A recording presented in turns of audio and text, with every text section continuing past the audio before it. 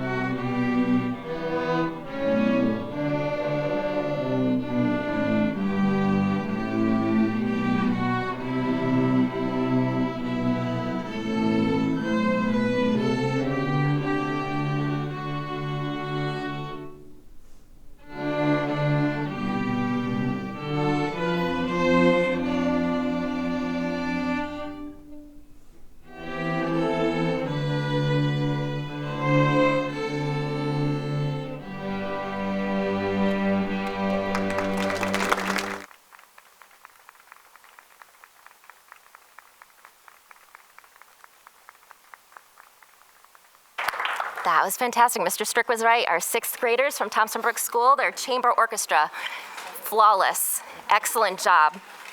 Thank you so much.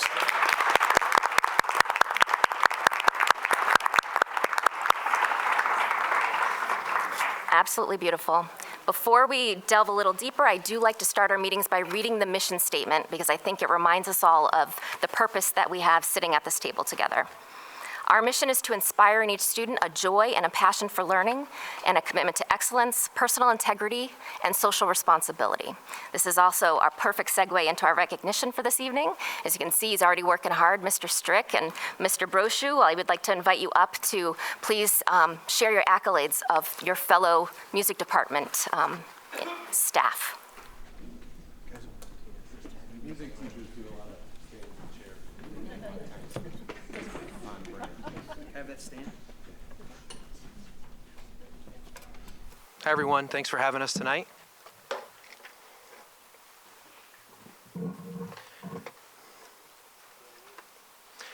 Good evening, Dr. Carnamola, members of the Board of Education, administrators, colleagues, and members of the Avon community.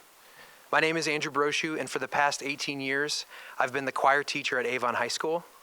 On behalf of my colleagues, Nate Strick, Paul Johnson, Melanie John, Meg Ryan, Carl Sauerbrunn, Dan Volpe, Jane Texera, Jeff Sorois, Kayla Crystal Thurston, Rafiq Ismail, and Dawn Brish, we are privileged to be here tonight to celebrate an outstanding achievement for our district.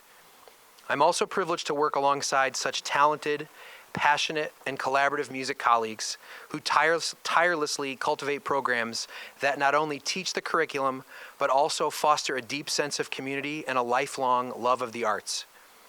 Each of us could share countless stories of students whose lives were changed through their experiences in Avon music classrooms, and in turn, we teachers have been equally impacted. Thanks to the dedication of our music educators, administrators, Board of Education, students, and families, Avon has been recognized by the NAM Foundation as one of the best communities for music education in the country.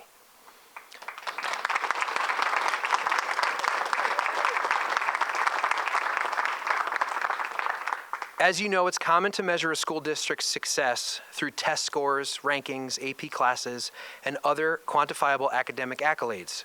But the impact of music is harder to measure. This award is a testament to something we have long known. Music and all the fine arts are an essential part of our students' education. It reflects our community's commitment to providing high-quality music programs and ensuring that every child has the opportunity to experience the joy, connection, discipline, teamwork, creativity, and the depth of the human experience that music brings. Although these moments may not appear in data, they are just as essential to a thriving community as any academic achievement.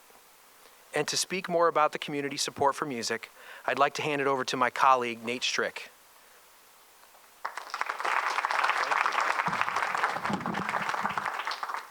Thank you, Andrew. It is important to note that music educators are only part of the reason why music has the opportunity to flourish in our community.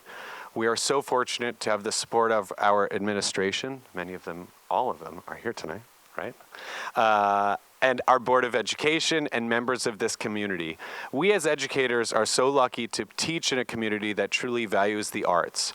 Parents who rent instruments, encourage regular practicing, they were schlepping big instruments earlier, as you saw, attend concerts, and recognize music as a vital part of their child's education. One of my favorite moments as an educator at school performances is seeing the pride in a parent who has never had the chance to sing in choir, play in orchestra or band, but who beams with joy watching their own child accomplish something they never did. This award is not just a recognition of past efforts, it is an inspiration to continue growing, supporting, and expanding opportunities for our students.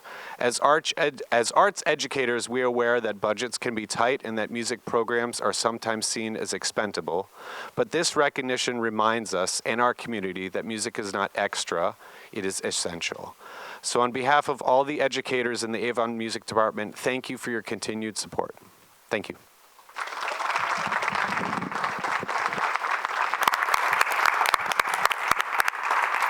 So we always like to take a nice group picture, so thank you. We've already lined you up well, Mr. Brochu and I. He's great at arranging, so we're going to come over to you.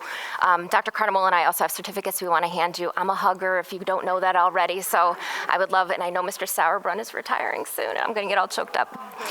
But we are so grateful for the passion that you bring to your work. I lived it with 3 children going through and having that experience, and we are so proud of you. You should be proud of yourselves, and the students show it, and the fact that you live this life, you don't just teach it, you actually perform on your own personal time, matters. So thank you very much.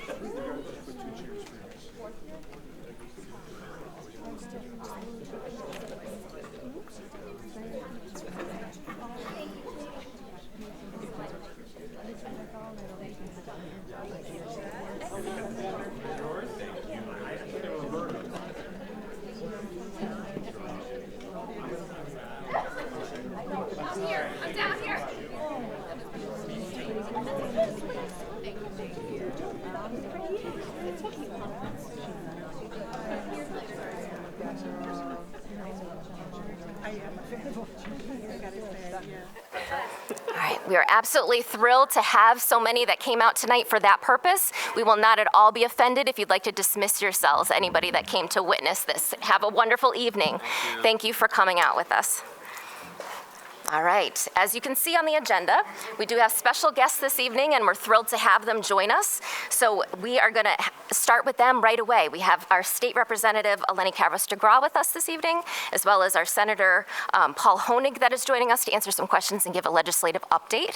So I'll just throw it to you guys. Is that okay? Yeah, that's fine. All right. Do you want us to just kind of go over the questions that we have, that we were sent, or how do you want us I think if there's anything you think we should know ahead of time that you're working on, that you want to make us aware of, and then we can go right into the questions. So I'll start with legislative update. Can you hear me okay, or do you want me to? Maybe a little closer? Sorry, and apologies for my back to all of you. It feels kind of weird to, so sorry about that. You haven't been projecting this Yes. anyways. So I'll start with legislative update, and I'm sure Senator Honig can as well. As you probably know, we're in the middle of session. We're about 6 weeks in. We're still in the public hearing process. So that means in committees like the Education Committee, they are still actively hearing from the public on various bills as we move through the process. It's public hearings, then it's committee meetings to get the bills out of committee, and then eventually those are the bills that hopefully make it to the floor of both chambers. Then once they pass both chambers, then obviously they are signed hopefully by the governor and become law. Last night, the House was in session. As you probably heard, we passed in $40 million towards the special education deficit that we have. The deficit is about $100 million because there was excess cost expense that was not prepared for. And so we were short by $8 million. Unfortunately, because we are still in the budget planning process, budget determining process of the 2-year biennium, we wanted to try to get that $40 million out now so that towns are getting some relief. The hope is to make all of that whole, but obviously that's part of the budget negotiation process. The Senate passed it today. I will say I was not overly enthusiastic in talking about it last week because we've heard several comments from the governor that he was hinting at a veto. My hope is that he does not do that for the $40 million towards special education funding, but that's entirely possible. Something that we also shared with Canton when we met with them a few weeks ago was that there is a one-time special education committee that is outside of the education committee this year. They are specifically looking at that excess cost and special education because, as we all know, that's the number one thing that we hear from our towns, districts, et cetera, as to the cost of how just expensive it is. So there are things within the committee now, like looking at capping special education costs. There are things looking at programs like what Canton has done called the Thrive program to bring more special education programming in-house to try to help cap some of that cost. Towns that are already doing it might be reimbursed and or incentivized. New towns would be obviously incentivized. We had one town, I'm sure Paul has a story about one of the comments from one of his districts. But I think that's sort of a good sort of level set, obviously, and there were some questions that you sent about the federal. We have concerns about that, but we'll get into that a little bit more as we answer some of the questions you sent us. All right, Suzanne, would you like to start us off? Paul, do you want to? Or Paul, Senator I Honig go apologize. first. Yeah. Sure. Hello, everyone. I'm State Senator Paul Honig, new to the district, or new to the General Assembly. I echo everything that Representative Kavros-DeGraw just said. Today in the Senate, we voted and passed the additional $40 million for special ed. That goes on top of the $180 million that was allocated last year for this fiscal year. So that's a 22% increase. So whatever you were expecting to get, you should get approximately 22% more than you thought you were going to get. And just like, the process for the excess cost grant is, first the state estimates how much money is going to be asked of it for excess cost grants, and then it allocates the money for that. And the issue last year, they thought they were allocating enough money to fully fund the excess cost grants. That was the expectation along the way, but the reimbursement requests came in way higher. So that was the issue with that. Representative Kavros-DeGraw, was talking about bringing special ed services in-house and incentives for that. One of the things I think that is being looked at by the Special Ed Committee is coming up with some regional centers that can help with outplacements. I know I spoke to the superintendent of Region 10 schools, and they mentioned that they use the Farmington Valley Diagnostic Center for much of their outplacement, and they've found that being in a consortium of local school districts enables them to control costs better with that kind of stuff. So I expect the Special Ed Committee to come up with some recommendations along those lines as well. Thank you very much. All right, Suzanne. Yeah, hi. Thanks for coming today. We really appreciate it. I did have some questions based on potentially things happening within the government in terms of dismantling the Department of Education. I just was curious how the state was prepared for such things. Like how would that impact Avon in getting, securing federal funding for public schools? I will start with, I think it's really hard to figure out how it would entirely impact because it's something that we've never, well, there used to not be a DOE, but because the majority of us have lived under when we've had a Department of Education, it does make a difference. Certainly OPM exists, and they could be the ones who could still be distributing the funds. There is a lot of talk, though, about removing funding for special education, which would make our job a lot harder in terms of funding that. Overall, in terms of the budget, it's important to note that over $14 billion of our budget, which is about 60% comes from the federal government. So anytime you start chipping away at that $14 billion, it really becomes a problem because obviously we're counting on that funding. I'd also say that we send a lot more money than we get back as a state. Our money often goes to fund states in the South. So we fund a lot of red states, as they're called. I would say that the state is certainly trying to plan, but when you don't know what could be eliminated, are they going to eliminate all programs? Are they going to go to choice programs? Are they going to say we don't need special education anymore? It is hard to predict what that's going to be. I know that they're having those conversations. I know I sit on the Appropriations Committee. We're having conversations in terms of budgeting about like, okay, we're going to go through the normal process as if everything is going to stay the way it is. And then we're having a secondary conversation about, well, if this goes away, how much could we absorb? I think we could probably absorb about $4 to $6 billion of the $14 billion, which would be, literally an emergency and tapping into rainy day fund. But it's very hard to predict, and the state would do everything it possibly can to make towns whole, but it would be very challenging. And I spoke to our policy person, and I think that the numbers that I got was Avon gets approximately 2.3% of their school budget through federal grants, about $1.5 million, mainly for special ed. So that, if that goes away, that's a humongous problem. So yeah, we all are very concerned about this and keeping an eye on it. And as Representative Kavros-DeGraw said, with $14 billion worth of federal money that comes into our budget, we only have a $4 billion rainy day fund, so it's very concerning. We're keeping an eye on it. I know Attorney General Tong is very focused on pushing back when he sees opportunities to do that and, protecting our funding in our state. Thank you.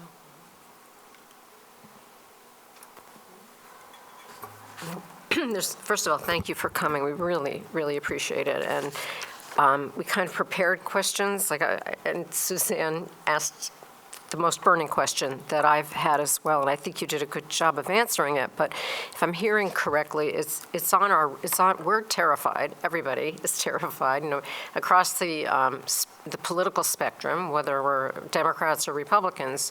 The idea of losing, chipping away at our budget. We are already bare bones. So the idea that this could happen like overnight, really, it's on your radar, I understand, as the legislature. What can we do? What are you doing besides monitoring? Is there anything else we can do? And how do we prepare taxpayers for what could be, a real shakeup?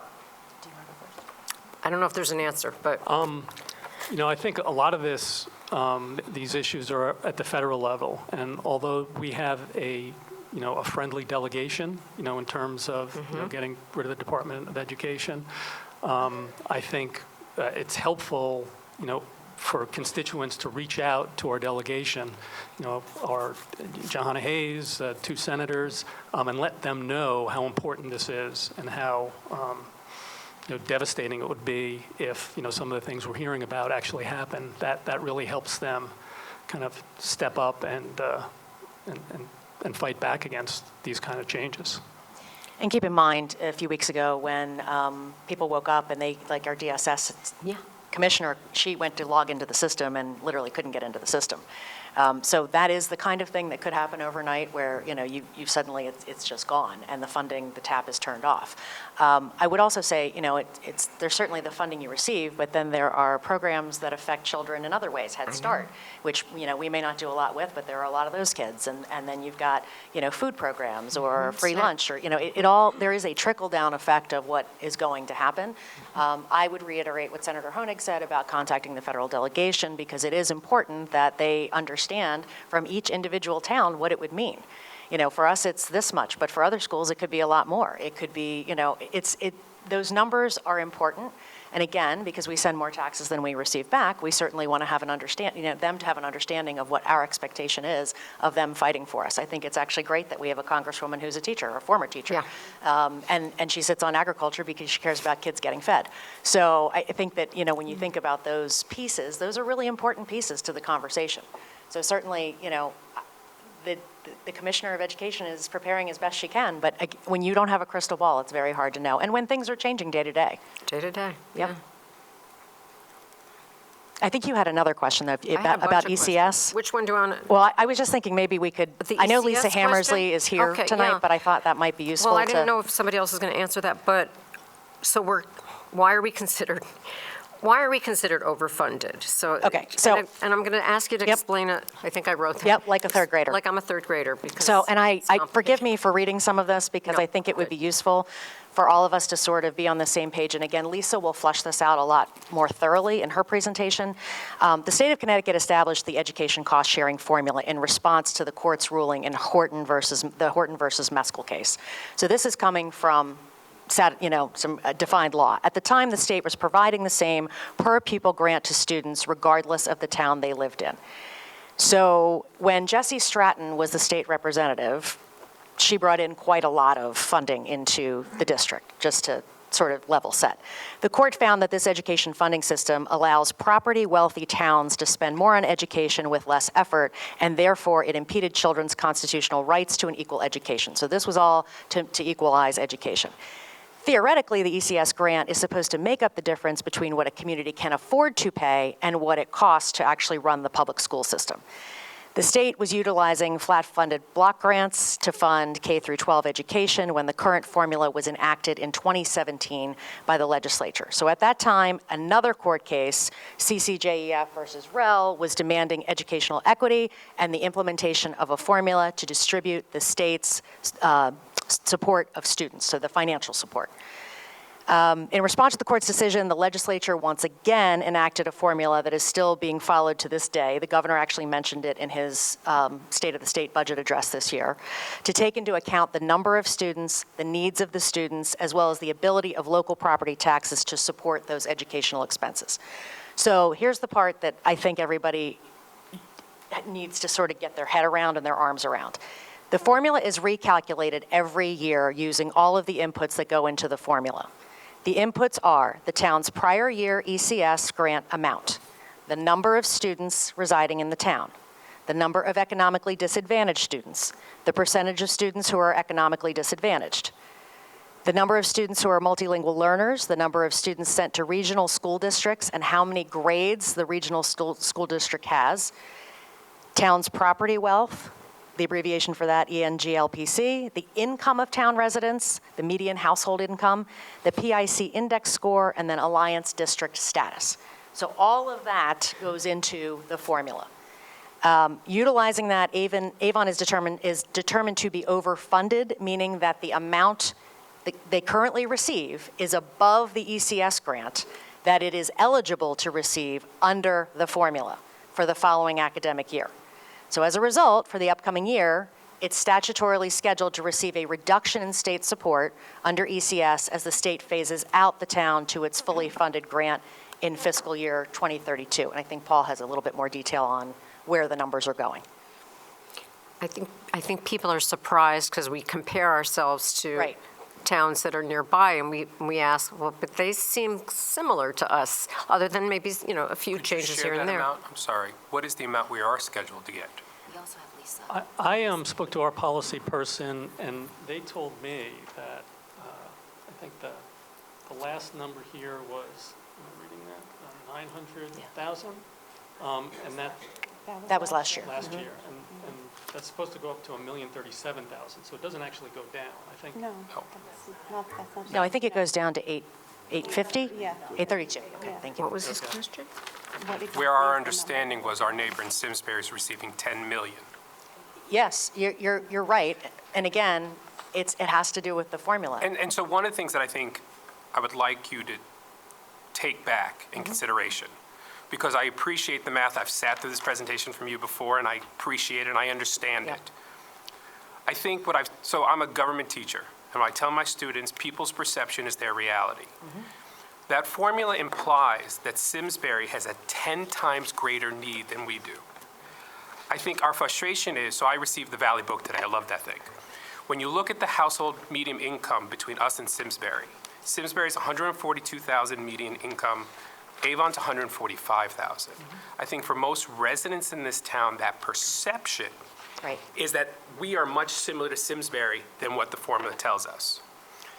I And if also, the formula were only based on income, I then that would be true. again, their perception is their reality. And so we're in a situation where last month, this board agreed to officially lay off one teacher.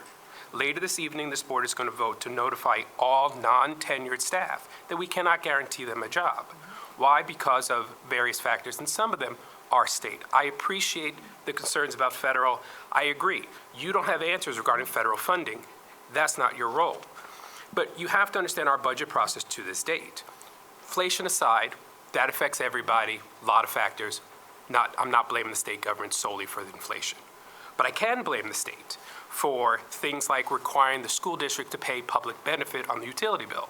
That alone drove our budget up on the utility line 30%. I am blaming, and I have been very vocal over the last couple of months, about what I call the literacy program scam that's costing this district $200,000.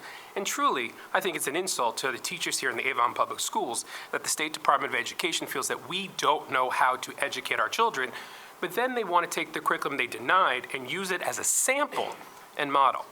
And so what I ask the two of you to do is try to understand our perception, how we view our concerns from the state. I get the equation. From the viewer of the Avon taxpayer, I think many of us would feel it's not fair.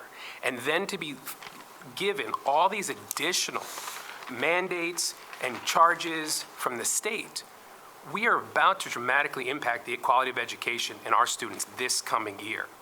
And I do blame the state, not necessarily the two of you, but you two represent the state government, you represent us.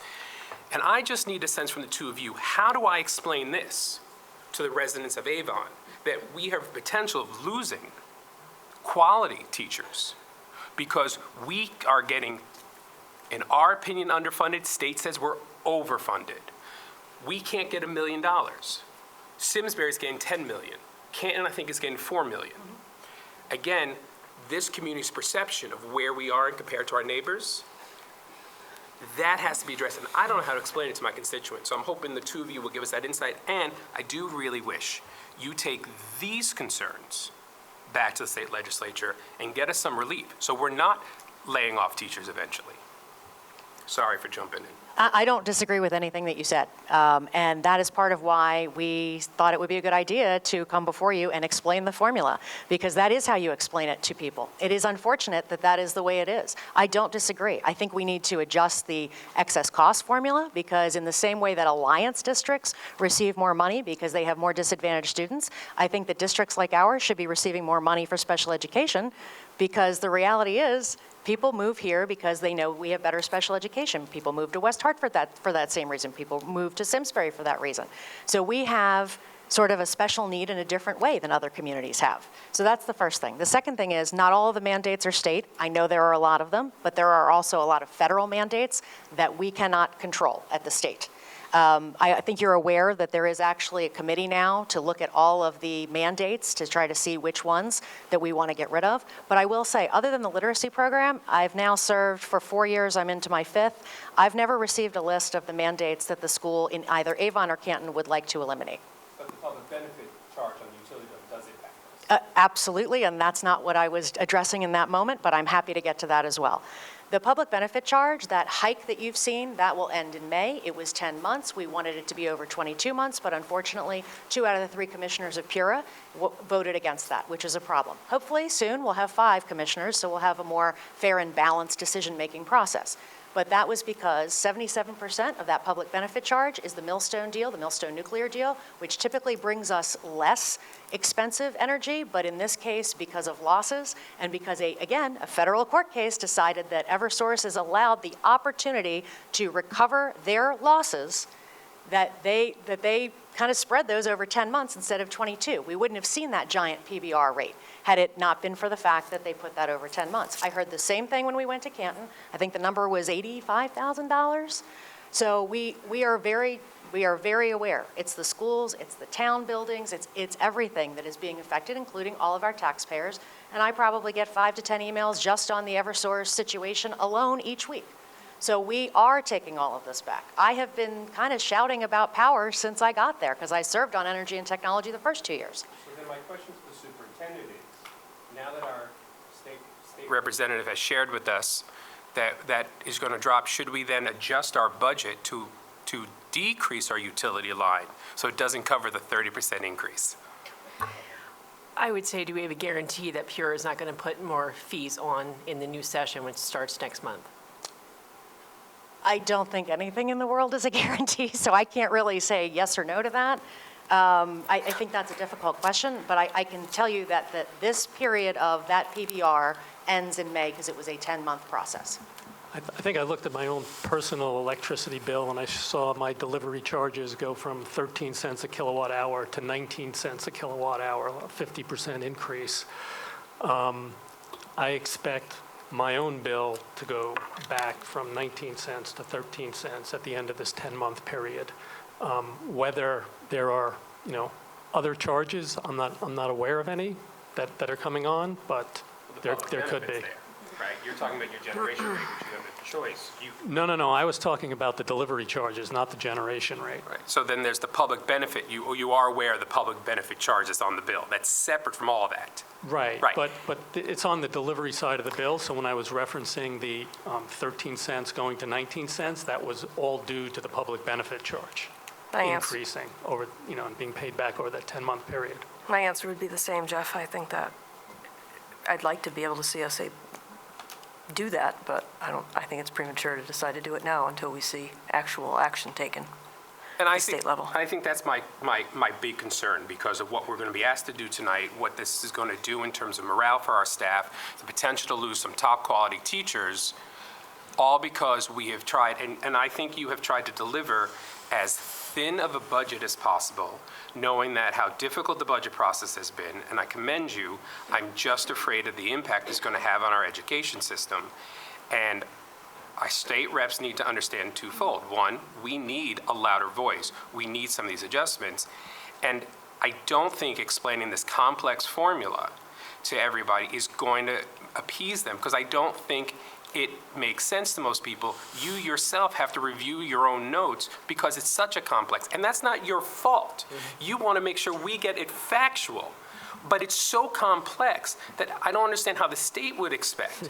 And so you as our representatives, our voice, need to be louder that the equation is wrong, because I haven't heard anything change since the last time you sat with us 2 years ago and explained this process. And my frustration is now the direct impact this is going to have. That's inaccurate, because you did, as the good senator shared, 22% more. I mean, last night we voted for $40 million for the state to have more education funding that would not have been there had it not been for people like me and Senator Honig saying to our leadership, we have to do something now and not wait until the end of the budget process. So that's not completely accurate, that we're not being loud enough.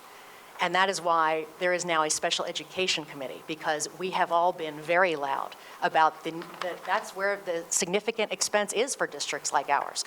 When I got here when I came in 2021, the first thing the Board of Education chair said to me in Canton is, we had twins move in, and because their outplacement was decided someplace else, that was $500,000 in our budget. I took that to heart then. I take every conversation I have to heart with your board chair and our superintendent to heart, and I have taken it back every single time. I cannot change that formula, however. So that's why I do think it's valuable to understand that, yes, Avon is a wealthy town in terms of not just income, but in terms of the other pieces of this. Income is just one part of it, but town's property wealth is important, and it's in the formula. Yeah, I think the policy person that I spoke to about this highlighted the equalized net grand list per capita difference between Simsbury and Avon, where in Avon it's 222,000 and in Simsbury it's 177,000. And she thought that was one of the main drivers of the difference in ECS. And the other thing she pointed out was a better way to look at the difference between the two towns is not in the absolute dollars, but the ECS per student, which is still very different between Simsbury and Avon, but it's 6 times instead of 8 times. So I think Lisa might help with that, too. Yes. That explanation. Nicole, you had questions. Thank you. First off, I'd like to thank you for coming here and giving us your legislative update and answering our questions. So I do appreciate that. I had sent several questions, some of which have already been asked, so I'm not going to. Sorry. That's okay, even though you're on that side of the table. And he didn't submit his questions ahead of time. Yes. You were good to do that. Thank you. So basically, as has been discussed, the state considers Avon overfunded, and each year we're going to lose money. I've inquired a lot about the ECS funding. We've discussed it many times. We've used Simsbury as a comparable town. I understand what you're saying, and I understand the formula as best as I can. I don't think that the formula has been misapplied. I don't think it's fair to our town. And as our representatives, I ask of you, do you think that we're overfunded? Will you fight to help us get more money, especially if you're saying by 2032, we're not going to have any of that? For a town the size of Avon, every little bit counts. So any amount of money that we're losing really impacts real people, jobs, programs. And I would hate to children, and I would hate to see our faculty, our staff, our students suffer for that when we have other towns who are getting so much. So that's one of my questions. In terms of fairness, I think that the court did what they thought was fair. It does not feel fair to us because we live here and we want to educate our children the way we want them to be educated. We want to have the best teachers in the state. We want to be able to pay them what we think they deserve. So my ability to advocate, I think, is more on the special education side, because I think that that's where it really is unfair. Because, again, we are a district where people move here, A, for the schools, and B, because they're told that, they could get good special education help here. I will say, we have an amazing superintendent. We had a previous superintendent that told people with something as simple as ADHD, move to Simsbury, move to West Hartford, you can get care, you can get services there. I know parent after parent that was told that by the previous superintendent. Thank God that's not what we have anymore.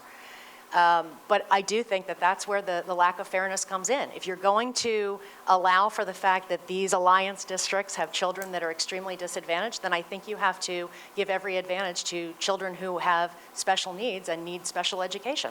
And that's, whether we're capping it, whether we're incentivizing districts to have in-house programs that can help at least lower the cost, and frankly, going after people, it's like the Wild West in special ed, as I'm sure all of you know. When you send an outplacement, it could cost whatever they choose. So that's something else that we really have to get our regulatory hands around, because that's been allowed to go on for frankly too long. And it's not, I don't think the cost of a program determines how great it is either in terms of those outplacements. I agree. Senator Honig may have yeah. something to add. No, I agree with everything Representative just said there. I'd also note that, and I'll check this with our policy person, but I don't think the ECS payments you're getting go away completely. They're just Right. going down to the level that is the actual computation from the formula, as opposed to being above the formula. And do we have that number? So it won't be zero. So it was explained to us was that, we are getting to the point of zero. It's just being, Okay, I'll over follow time. up with my policy person. It's being spread out on over what time. that looks like. I think actually Lisa could probably answer that question. Lisa can answer that for us, but when we met with Yeah, With Kevin Chambers. Kevin Chambers. And he did the formula calculation for us as of a few weeks ago. I know it's changed a little bit. We would have received fully funded $368,000 last year versus $909. But then I think it would eventually go down to zero. That's what he's saying. The outlook, but I mean, that's years in advance, and it doesn't take into account all the factors. I think Lisa will speak a little bit better to that anyway when we're talking about why we get, even though we're, Yeah. quote, overfunded, why we still get the funding that we do. Well, we're being held harmless right now. Right. So, Our base aid ratio is below, it's 0.005. Deb, do you mind if I ask, because it's related to what Cole is asking right now, about so we have a letter drafted for the board to consider. They've all seen it. We talked about it at our last board meeting. Susan and I worked on that with some input from what we heard from board members also. My question for you is, we were trying to determine who was best to send the letter to, because it's primarily about special education funding, and some of it being more about the formula also. So everything that you've just spoken to and you've heard concerns already about, and I think you'll hear more tonight, is what we have the letter drafted in regards to, but we were trying to determine who the best recipients of it are before we take action tonight. so or the I would board say takes the action chairs tonight. and the rankings of the Special Ed Select Committee, but because that right now is a temporary committee, and they may not be there next year, I would say start with them, but also the chairs and the rankings of the Education Committee. Okay. So that way you'll have sort of hedged bets, so to speak.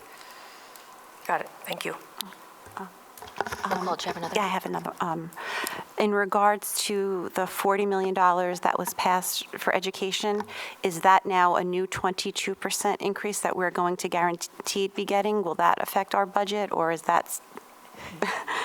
Well, that's for this fiscal year. Yeah. You're going to get an extra 22% over what you thought you were going to get yesterday. Okay.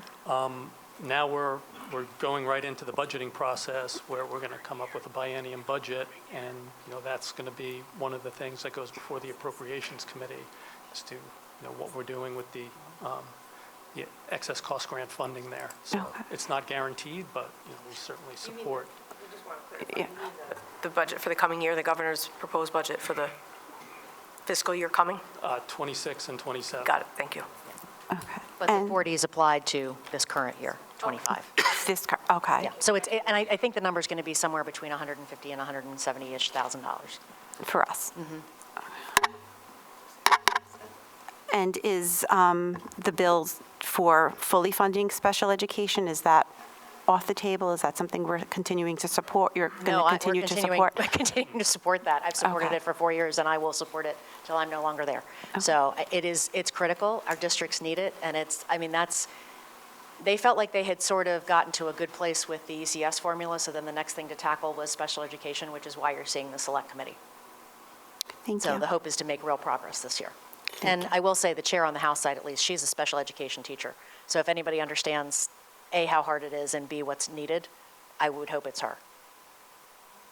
And I promise, last one. If people did want to advocate to change the educational share cost formula, who would that, like a letter or a petition, who would best that go to? So if you're sending it as you, the board, and the superintendent, again, I would send it to the special ed chair and the education chairs.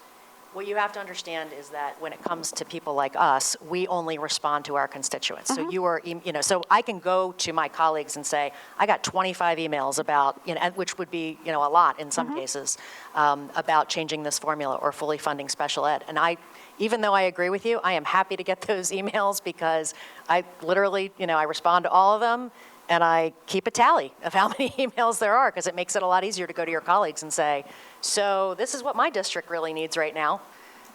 So that's who I would say in Avon or Canton, that's, it would be us who would need to receive those emails. Thank you. You can CC the chairs if you so choose, but you would, while they may read them, you would not get a response from them. Thank you.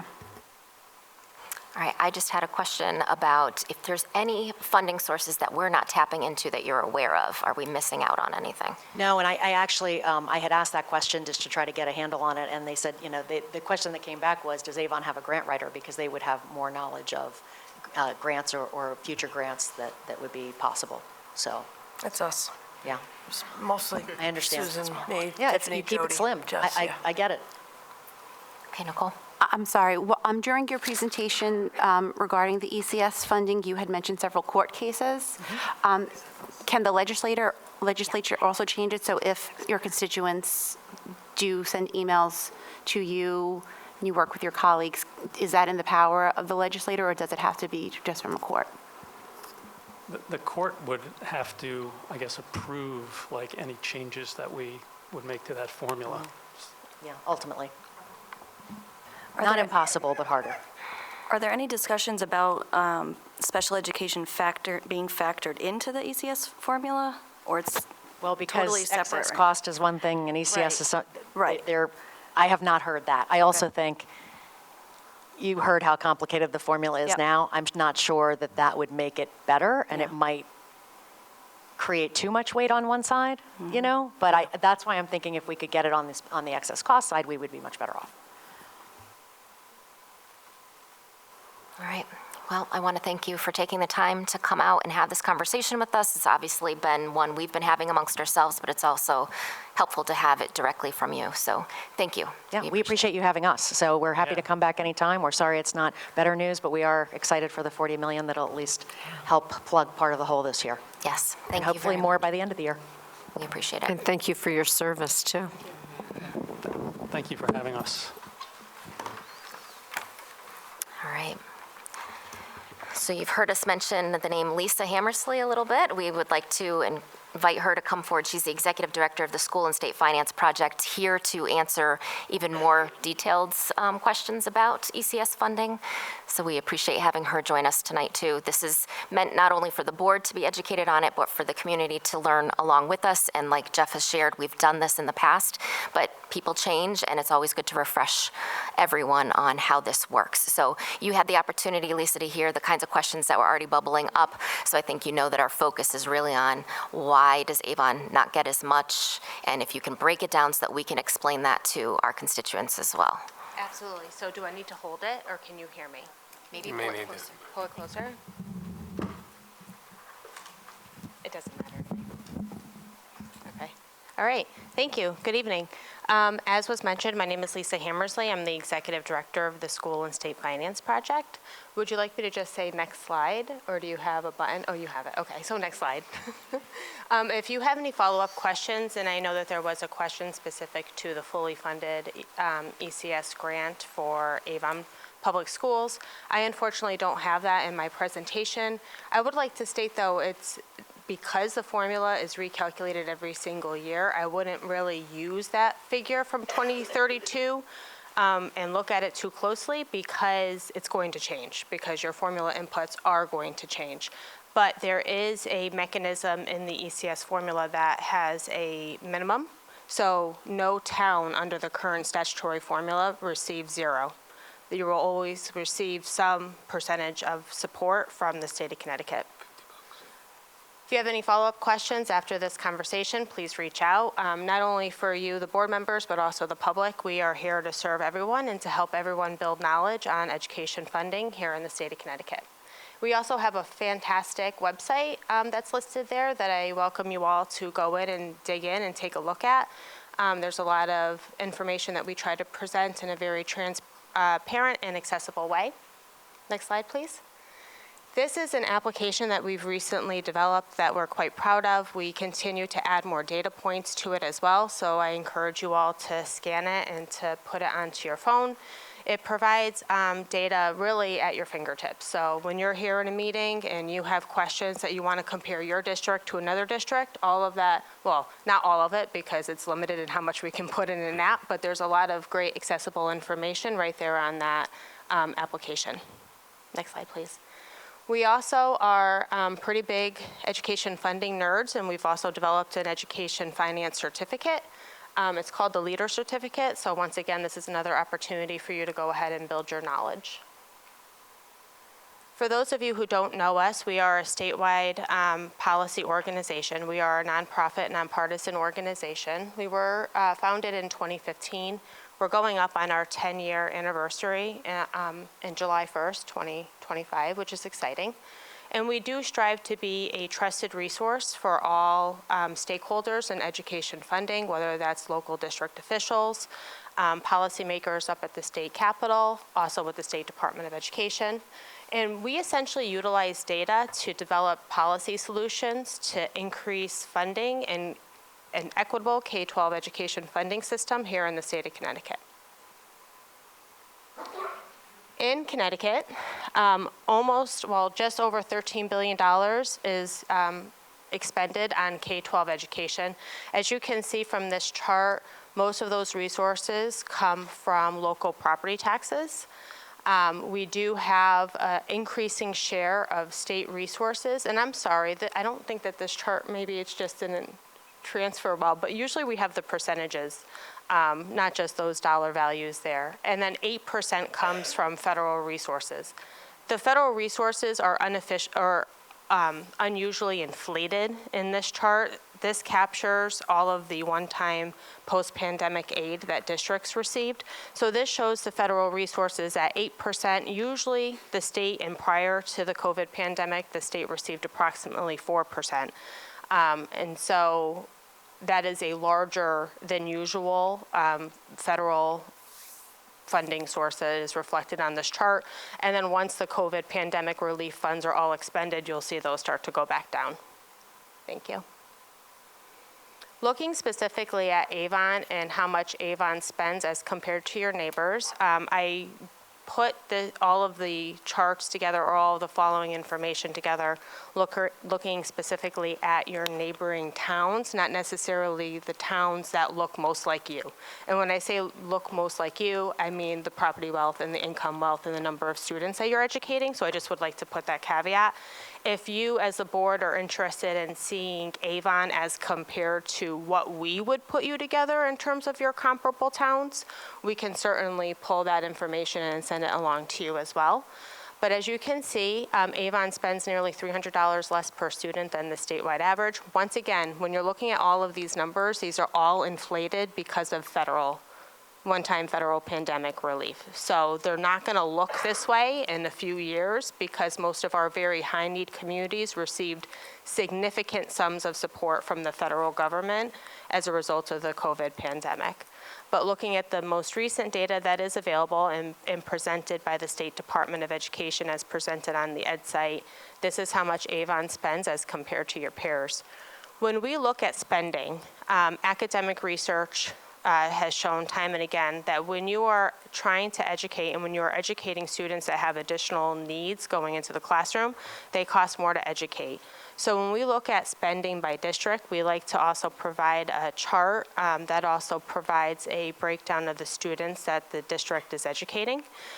So down below there you see the percentage of students that Avon is educating that are low income as captured with eligibility for free or reduced price lunch, your multilingual learner population, your percentage of students with disabilities, and then also your BIPOC student population.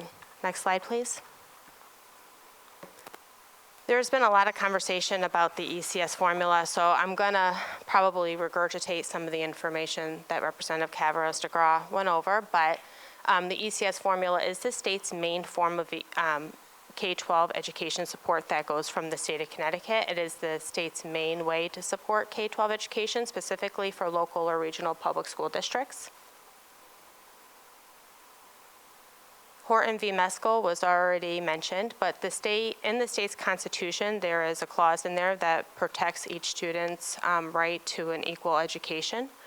And that case, Horton v. Meskel, was noteworthy because at that time the court ruled that when you have a K-12 education system that is so reliant on property taxes, once again thinking back to that first chart, and you have local sources coming from local property taxes, when you have a funding system that doesn't kind of equalize the differences in property wealth by districts, you have an education funding system that is unconstitutional. And prior to Horton v. Meskel, the state was using flat per pupil grants that did not vary by town. And so as a result of that ruling,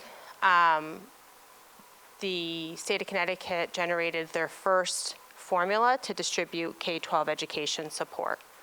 And in theory, and I think that Representative Cavros-DeGraw, I don't know if she's here, but I think she looked at our website, it is supposed to make up the difference between what a community can afford and what it costs to run an education system in a town. Before I get into the fundamentals of the formula that is currently employed today, I would just like to provide a little bit of context as to when the formula was enacted. So in 2017, as you may recall, the ECS formula that is in statute right now was reenacted by the General Assembly. At that time, the state was facing multi-billion-dollar deficits, so $3 billion deficit after $3 billion deficit. We had a very unique political climate in the state because the state Senate was split 50-50 between Democrats and Republicans. I actually worked in the Senate Republican office at that time. And there was the budget deficit was looming. Governor Malloy was proposing to zero out many communities. And the legislature was just dead set against taking the state's current contribution and redistributing it to communities. In addition, you had the CJEF court case that was also coming down and that the Supreme Court ruled required the state of Connecticut to go ahead and to reintroduce a new form of K-12 education support. I provide all of that background because I think it's important to know that there was a lot of conversation going on with K-12 education funding, and it was around the time that the state was facing multi-billion-dollar deficits. And so the General Assembly, in a bipartisan fashion, enacted a new education cost-sharing formula.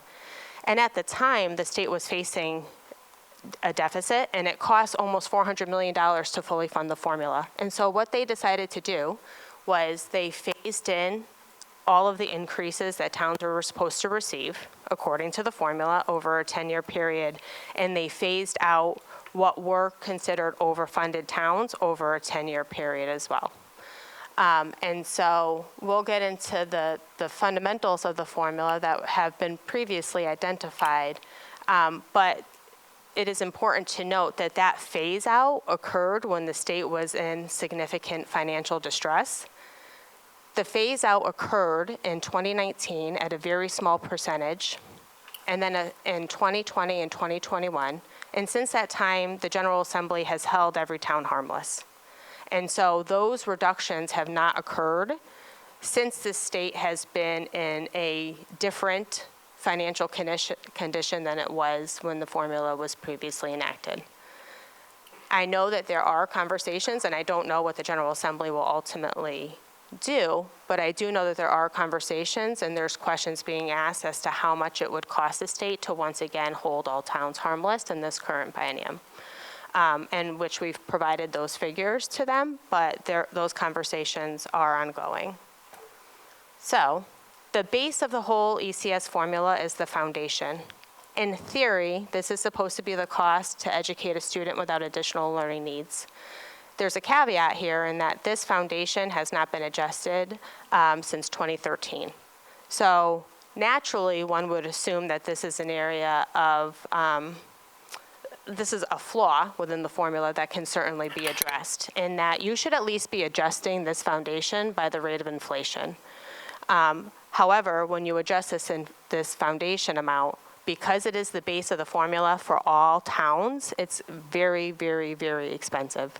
But it's definitely an area of concern and an area that our organization is looking to say, hey, for an area improvement that the General Assembly should consider, this is definitely a point that they should look at, is raising this foundation. The foundation is currently $11,525. Sorry, yeah, thank you. It then adds on additional weight depending on the student population. The first is a low-income weight, once again captured by free and reduced price lunch. It's currently at 30%. There's a concentrated poverty threshold, which is 15%, and this additional weight is applied to every student when a district has at least 60% of its students qualifying for free and reduced price lunch. So if you are a district and you have a student population where 65% of your students qualify for free and reduced price lunch, you receive that extra 15% support for 5% of your population. That concentrated poverty weight was increased 2 bienniums ago, and then the concentrated poverty threshold was also adjusted. And then the multilingual learner weight was also increased, and it was increased from 15 to where it is currently at 25%. So all of these weights are cumulative, and the next slide will show you the impact of them. So for every student, according to the formula that you have, that is, for example, a low-income student that qualifies for free and reduced price lunch, as well as a multilingual learner, the total cost to educate you under the statutory formula is $17,864. So the formula builds up. How much does it cost to educate the kids in your district? And it has that total cost. And then the formula splits up. What is the state and what is the local share, as we show on the next slide. The factor that splits state-local share is called the base aid ratio, and it is comprised of 2 factors. One is the property wealth factor, which is the adjusted equalized grandness, or the equalized net grandness per capita, and then it's also the income wealth, which is captured with median household income. Next slide, please. Lisa, Yep. I'm sorry.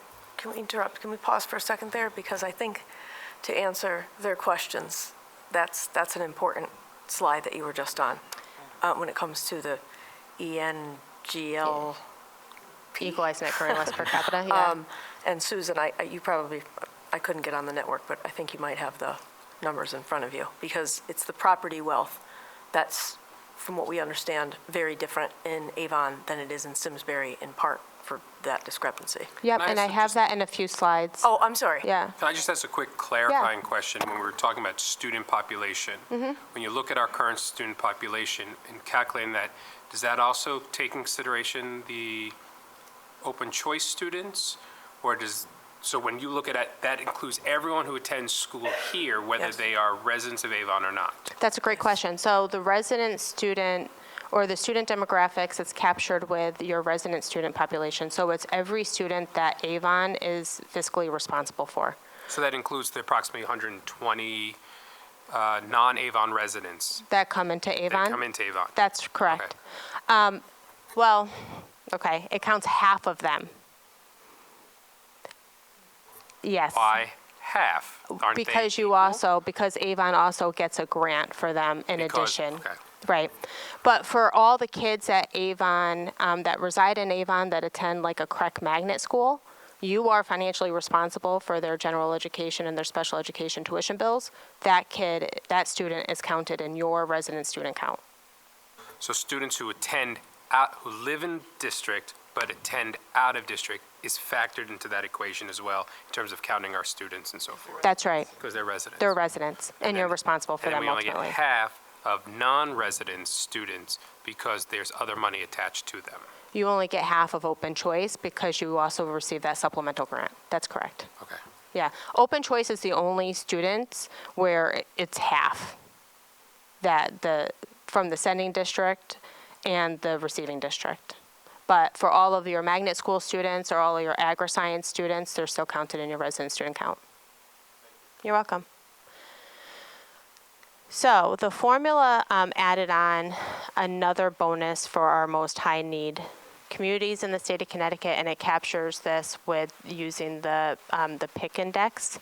Avon is not one of those towns, but it does capture the top 19.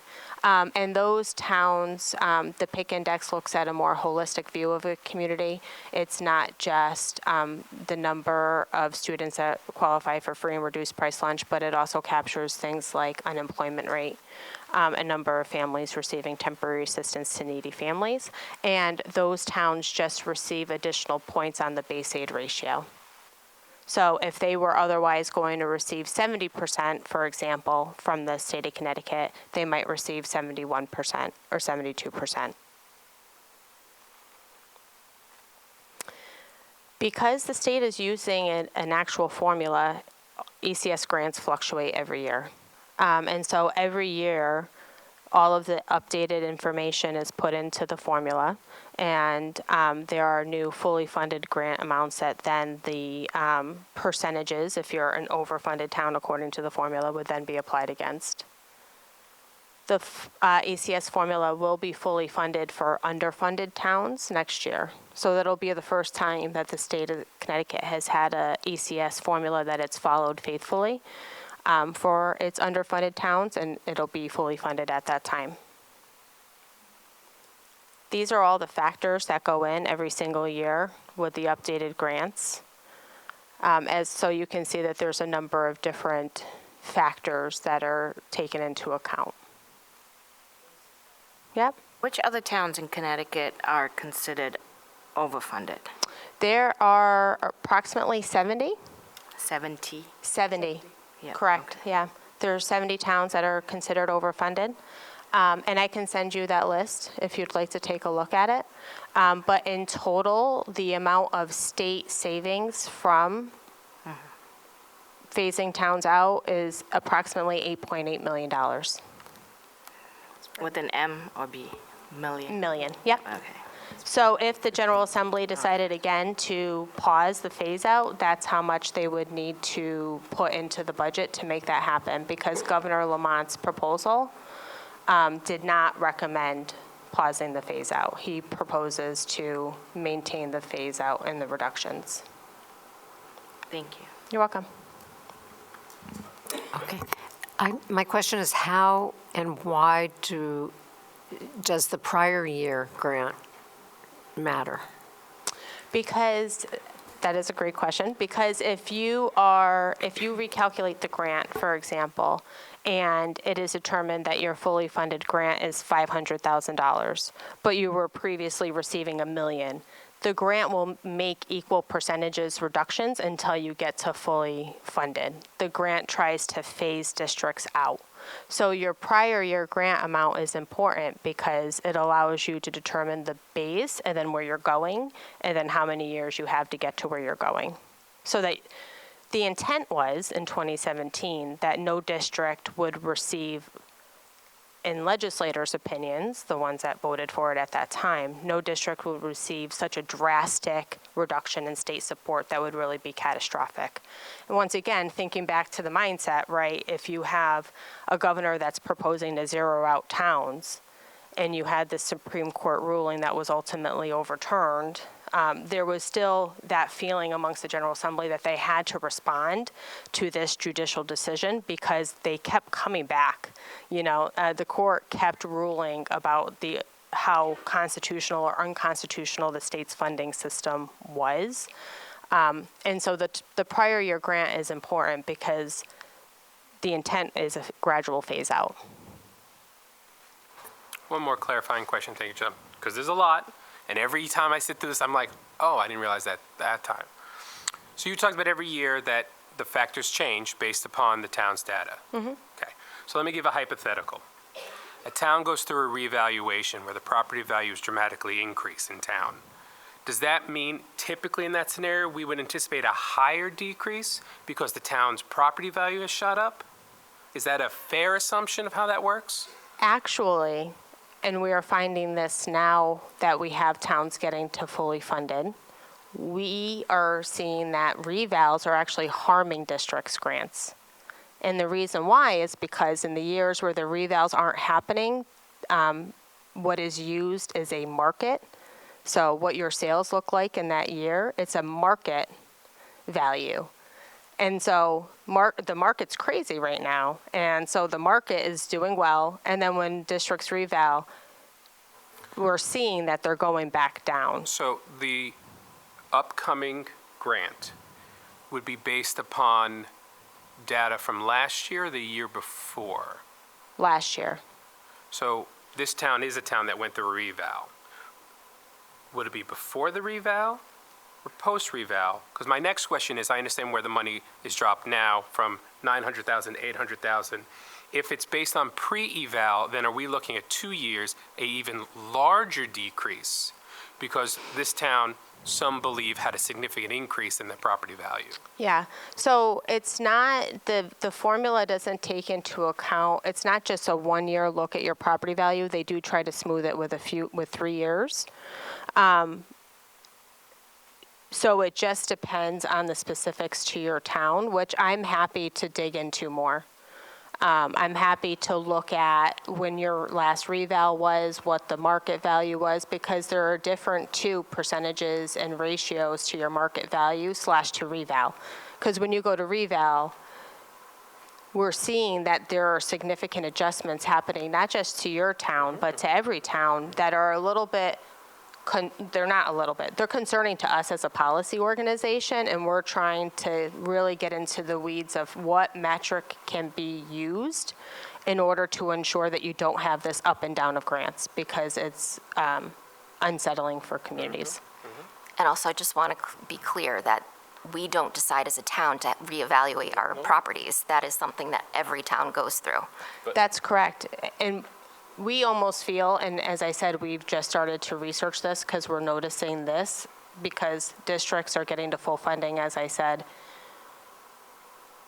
things aren't as smooth. When you're phasing something out or you're phasing something in, the phase-in helps to smooth things out. When you're at full funding, those grants are going to go up and down. And so when we're looking at the grants now, we're alarmed by the fact that this is going on, and something that we're thinking of as being an option is to never use the reval, but to always use the market value, because they seem more consistent. And then you're using the same metric, so you're not bouncing from one metric to another. But please don't hold me to that, because we haven't done our analysis. It's making a little sense, because we've had the issue, and that's been the criticism. I think a few years ago, our grant was 600,000. Then it was 900,000. And it becomes very difficult in terms of our budgeting process. Absolutely. And one of the things that we struggle with is we have to submit our budget to the town in January, right? The town then votes April, May? I don't know, we have all those meetings starting. It's all spring. And then we lock the taxpayer in, and then all of a sudden, the state doesn't deliver their money until July.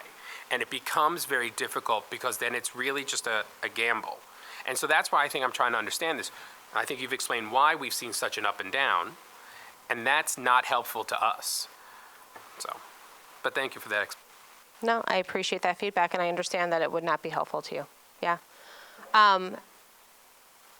So it is something that we're looking at as a policy organization, and obviously if we can find a way to make the formula operate so that it's more consistent and smooth for districts, we will bring that recommendation to policymakers and work to change that's really like it's so much in the details and so much in the weeds of the formula that it doesn't fundamentally change the formula. It just makes the data points more consistent for municipalities.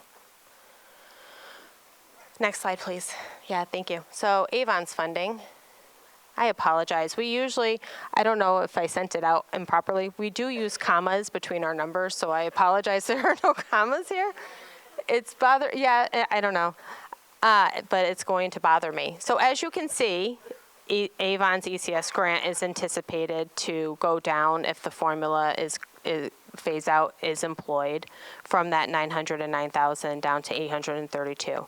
But as you can see, there is significant fluctuation there for Avon's ECS support. So I certainly understand all of the questions that you're asking tonight.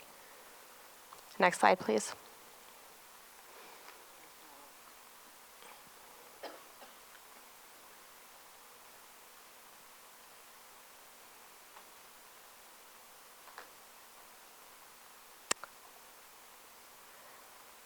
I'm happy that the comments are here.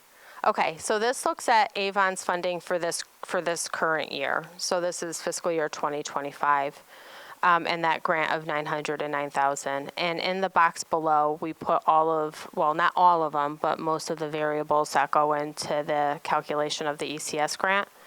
And so if you're comparing yourself specifically to Simsbury, which when I was sitting in the crowd, I heard, as you can see there, the equalized net grand list per capita of Avon, you're ranked number 40, whereas Simsbury is ranked number 78. And then the median household income also is comparable. So it's that equalized net grand list per capita and the reliance on the equalized net grand list per capita that results in that difference in the base aid ratio, and therefore that difference split between what is the state and local share.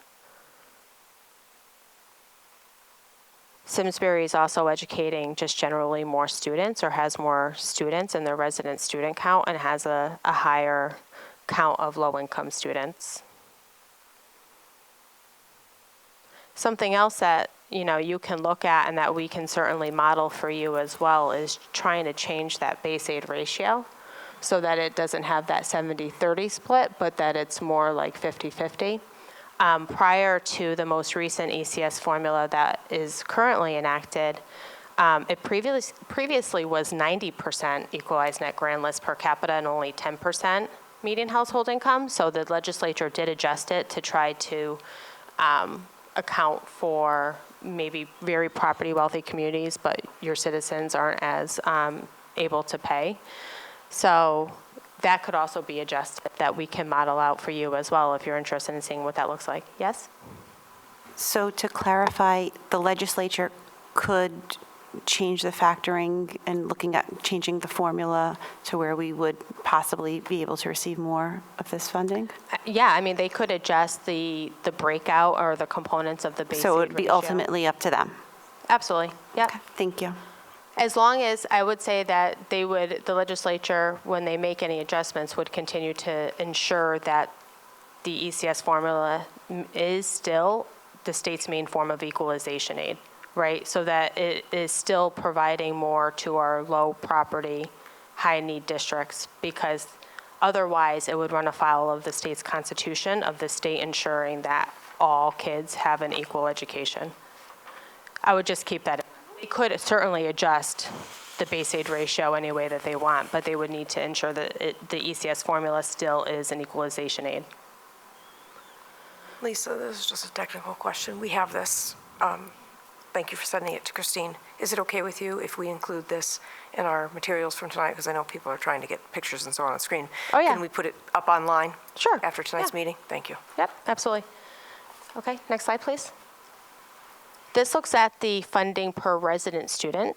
So as you can see, Avon, the state support per student is $291. Once again, as compared to the town of Simsbury at almost $17.95.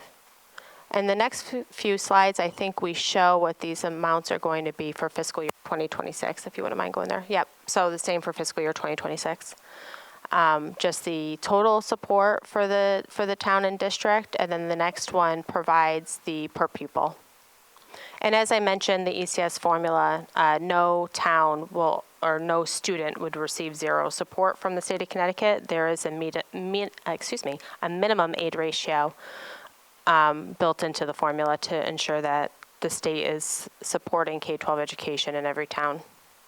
Next slide, Can I please. ask you a question about that, Lisa? Because Yeah. you heard us answer earlier when we met with Kevin. The way that he explained it to Susan and I and the town officials that met with him was, yes, that there is the fact that's why we get anything, so to speak, right? Because they can't give zero. That's why we get anything now. But he did explain it to us that the as it was at the time at least, the goal over time was that if you were overfunded, you would continue to trend down until you unless they change something, you were eventually at zero. It might be however long from now, but that's how they're employing the math. That's why Susan and I answered the question that way, because that was how it was explained to us in town. Statute says that you will never receive zero. Statute says that you will always have that minimum aid ratio. Governor Malloy did try to get towns like Avon to zero. But under current law, you're protected that you will not. So I'm not sure what Kevin was referring to, but. Thank you. I just wanted to clarify, because we've yeah. answered that, and we'll have to let the town side know that also, because it wasn't it was a projection for the future anyway. It wasn't impacting this year's budget or we know what the number is, at least as of now, but it was just theoretically something for us to consider that, the time could come where if the trend keeps going the way it is, if that's ultimately the goal, or anything close to it, then you expect to see, as you said, the formula continue to keep equalizing to trend downward based on the factors that if our factors stay relatively steady. Yeah, I have not heard that that is the goal of the State Department of Education or Governor Lamont, but that Good to could know. be. Thank you. And just one other clarifying question. Yep. I don't know if you can speak to this or not. One of the other things that I think we've done to try to explain to people, about the money and the formula is that if you think of it, in simplistic terms, but it's a pot of money. The amount that gets allocated for cost sharing is X amount of dollars, and so every year. And so the formula also has to work for that, back to your point, to get equally distributed out by need throughout the state. And so when we're thinking about what you might see as the changes, it's hard for us to conceptualize what would have to happen for them to make changes to the formula in a way that would really benefit a town like Avon much. Does that make sense? You understand what I'm asking? The money, there's still, for argument's sake, there's $1 million. It's not that, but there's $1 million, and it's going to get divvied up through all of these towns, no matter how they work that formula. Yeah, so to the extent that you're making changes to the formula, in order to significantly increase Avon's, you're going to decrease others. You would by need default. to decrease others, or the state's contribution to K-12 education would need to increase. Right. So Right, you would need to lift all boats. Exactly. Right. At the end of the day, that doesn't work without state funding increasing, which probably is putting up taxes in some other way anyway, but Or that's beside the point, I guess, for redistributing. redistributing. Yeah. Thank you. Thank you. I just wanted to make sure we were still explaining that. Next, please. Okay, so, Can I ask one question? yeah, If you go back to the previous slide, right? So for the last few slides, I'm seeing the median household income is comparable to Simsbury, and A1 is comparable, and the other factors like low income and multilingual learners, right? It's almost comparable. But what is the driving factor for FY25? I mean, comparing A1 and Simsbury to what is the driving factor in FY26? Is that the same factor which is driving up, or what are those factors which is triggering Simsbury to get more ECS grant than A1? specific to Simsbury, the driving factor is just your equalized net grand list per capita, and the fact that 70% of your base aid ratio utilizes equalized net grand list per capita. And when you have a $60,000 difference between yourself and Simsbury, it just has changed, or it has resulted in, the base aid ratio has resulted in Simsbury receiving a larger percentage than Avon. On this slide, it doesn't show the actual base aid ratios, the actual percentages, and I'm happy to follow up with that data point for you as well. Not just the amounts, but also what the base aid ratio is, so that you can actually see, okay, Simsbury, and these are hypotheticals because I don't know, but like Simsbury's receiving 30% of its total cost from the state, for example. but I can follow up with the base aid ratios here. Looking at this chart, I think it's primarily it is your equalized net grand list per capita, which is such a large percentage of your base aid ratio. Yeah, that would be helpful. And as a clarifying question, right, if I understand the base aid ratio is, like the property wealth factor is 70% and the income factor is 30%. But I'm looking at this chart here, the median income for Simsbury is a little higher than, I mean, not the slide, the previous slide in FY25, right? It's, Simsbury is higher than Avon or comparable. I'm just trying to understand the numbers here, right? Like in terms of like, even though if there is a driving factor which is significantly higher, which is driving the Simsbury grants go up, I'm still not able to follow, right, what is the driving factor, which is giving 8x or 10x from Avon to Simsbury as a grant every year. So even though we are overfunded, but I'm still not, but the data on the base aid ratio, that would be helpful. Will be helpful for you, yeah. Yeah, it's that equalized net grand list per capita, which is the largest factor that determines the base aid ratio. Lisa, I do have the base aid ratio. Yeah. So for Simsbury, for the calculation for FY26, it's 16.647%. Okay. And Avon was rounded up to 1. 1. It was 0.005. 1 is the minimum. 1 is the minimum They were aid rounded ratio. up to it. Yep. Yeah. And also, if I'm correct, we have to take into account that these aren't only discussing home properties, but also retail properties and other expensively owned commercial properties in the town, too. That's all a part of the grand list. Yeah, your equalized net grand list per capita is all of the taxable property that municipalities have to tax from. So it's everything. It encompasses everything. Yep, thank you. You're welcome.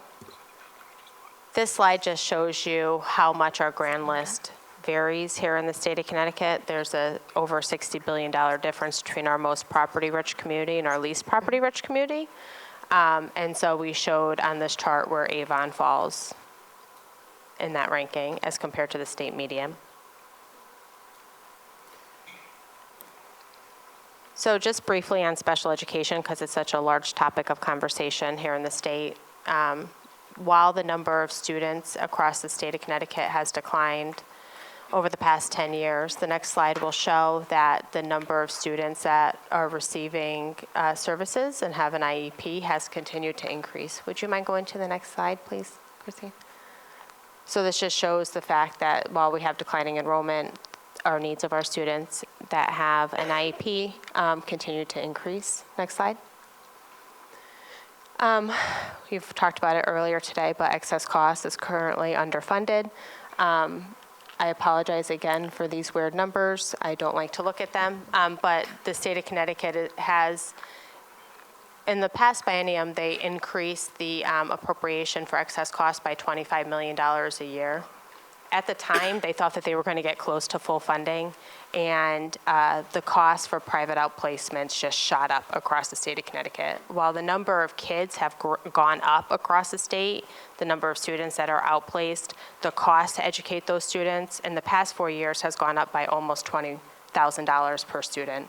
So there is a rapid escalation in costs, particularly for students who qualify for excess cost reimbursement, which is why there's such a focus on looking at this population and what can be done to ensure that there's good policies in place to help mitigate costs while ensuring that students receive the services they need and deserve. Lisa, I just want to reiterate for everybody here that we do our best to keep our students in district, which is much more than was done in previous years. So we are doing that in order to lower our costs as well. But of course, it's still expensive. But I just want to be clear that we're not outplacing as many as we nearly did before. And unfortunately, that impacts us negatively financially, which I know you know. But that's right. When we do outplace students, we actually get more of that money reimbursed than when we keep them in district, even though our goal is still to do that. In a grand scheme of things, it negatively impacts us, not student by student, but. What happens is if we educate them in district, and Dr. Fox's team does an amazing job on that, sometimes the cost doesn't meet the threshold of what we can apply for the grant, which is 4.5 times per student, which is every year going up because the cost of educating a regular education student goes up. So this year it's a little over $89,000 a student. So we have to spend more than $89,000 for any particular student to apply for the grant for that student, and then we're only reimbursed a percentage in excess of the $89,000. So we're hurt for being fiscally responsible in terms of educating our students. So would it be cost effective? No, I'm not. No, it's still the best decision to do what we're doing. And it's still better for our students. Agreed. Generally speaking, there are some students that present needs that it's inevitable that any public school district may not be able to meet, particularly hospitalizations and the like. But nonetheless, our goal is to keep them here, and not because of the finance, but because it's better for them to be here with their peers. Yeah. I don't know if we have anything after this. Would you mind looking to the next slide, Christine? Okay, so that's a lot of words. I'll just say generally, so I'm not going to read that. So the state of Connecticut claims that it supports special education and the education cost sharing grant when it reports its maintenance of effort to the federal government. However, we know that that's not true, because if the base of your ECS grant is the foundation, which is supposed to be the cost educated student without additional learning needs, the whole base of the formula, there's nothing in that formula that provides extra support for students with disabilities. And so something that the Special Education Task Force looked at, and something that was also promoted by the 119K Commission, I don't know if you've all have looked at their recommendations as well, but they have recommended the inclusion of a weight in the ECS formula to support students with disabilities. So that is a topic of conversation that the Select Committee on Special Education is looking at as well. And if that were to occur, and if the General Assembly were to pass that policy, that chart that I showed you at the beginning of this conversation that looked at the cumulative impact of all of the weights, that would change to obviously reflect the weight that the General Assembly put in place to support students with disabilities. But even so, for a town like Avon, it sounds like that really wouldn't move the needle. I would imagine that it would not result in significant sums of additional support, given the factors of the formula. Yeah. But it would at least provide something, because currently the state of Connecticut's not supporting any special education expenses until you get to that really catastrophic level. And so by at least putting in a weight, there's at least some support from the state of Connecticut from that first dollar. So that's just something else to consider, and something else that's being discussed this General Assembly as well. The following charts are just talking about some of the mess that you brought up previously with regards to what kids get counted where, and who gets to charge tuition and who doesn't get to charge tuition. That's another conversation that's been going on in the General Assembly to try and change and overhaul the funding system so that a district like Avon would not be responsible for paying general education tuition to other operators like a VOAG program or a magnet school program. So I won't go through these slides in detail, but they're here for your reference. It doesn't impact us much. Yeah.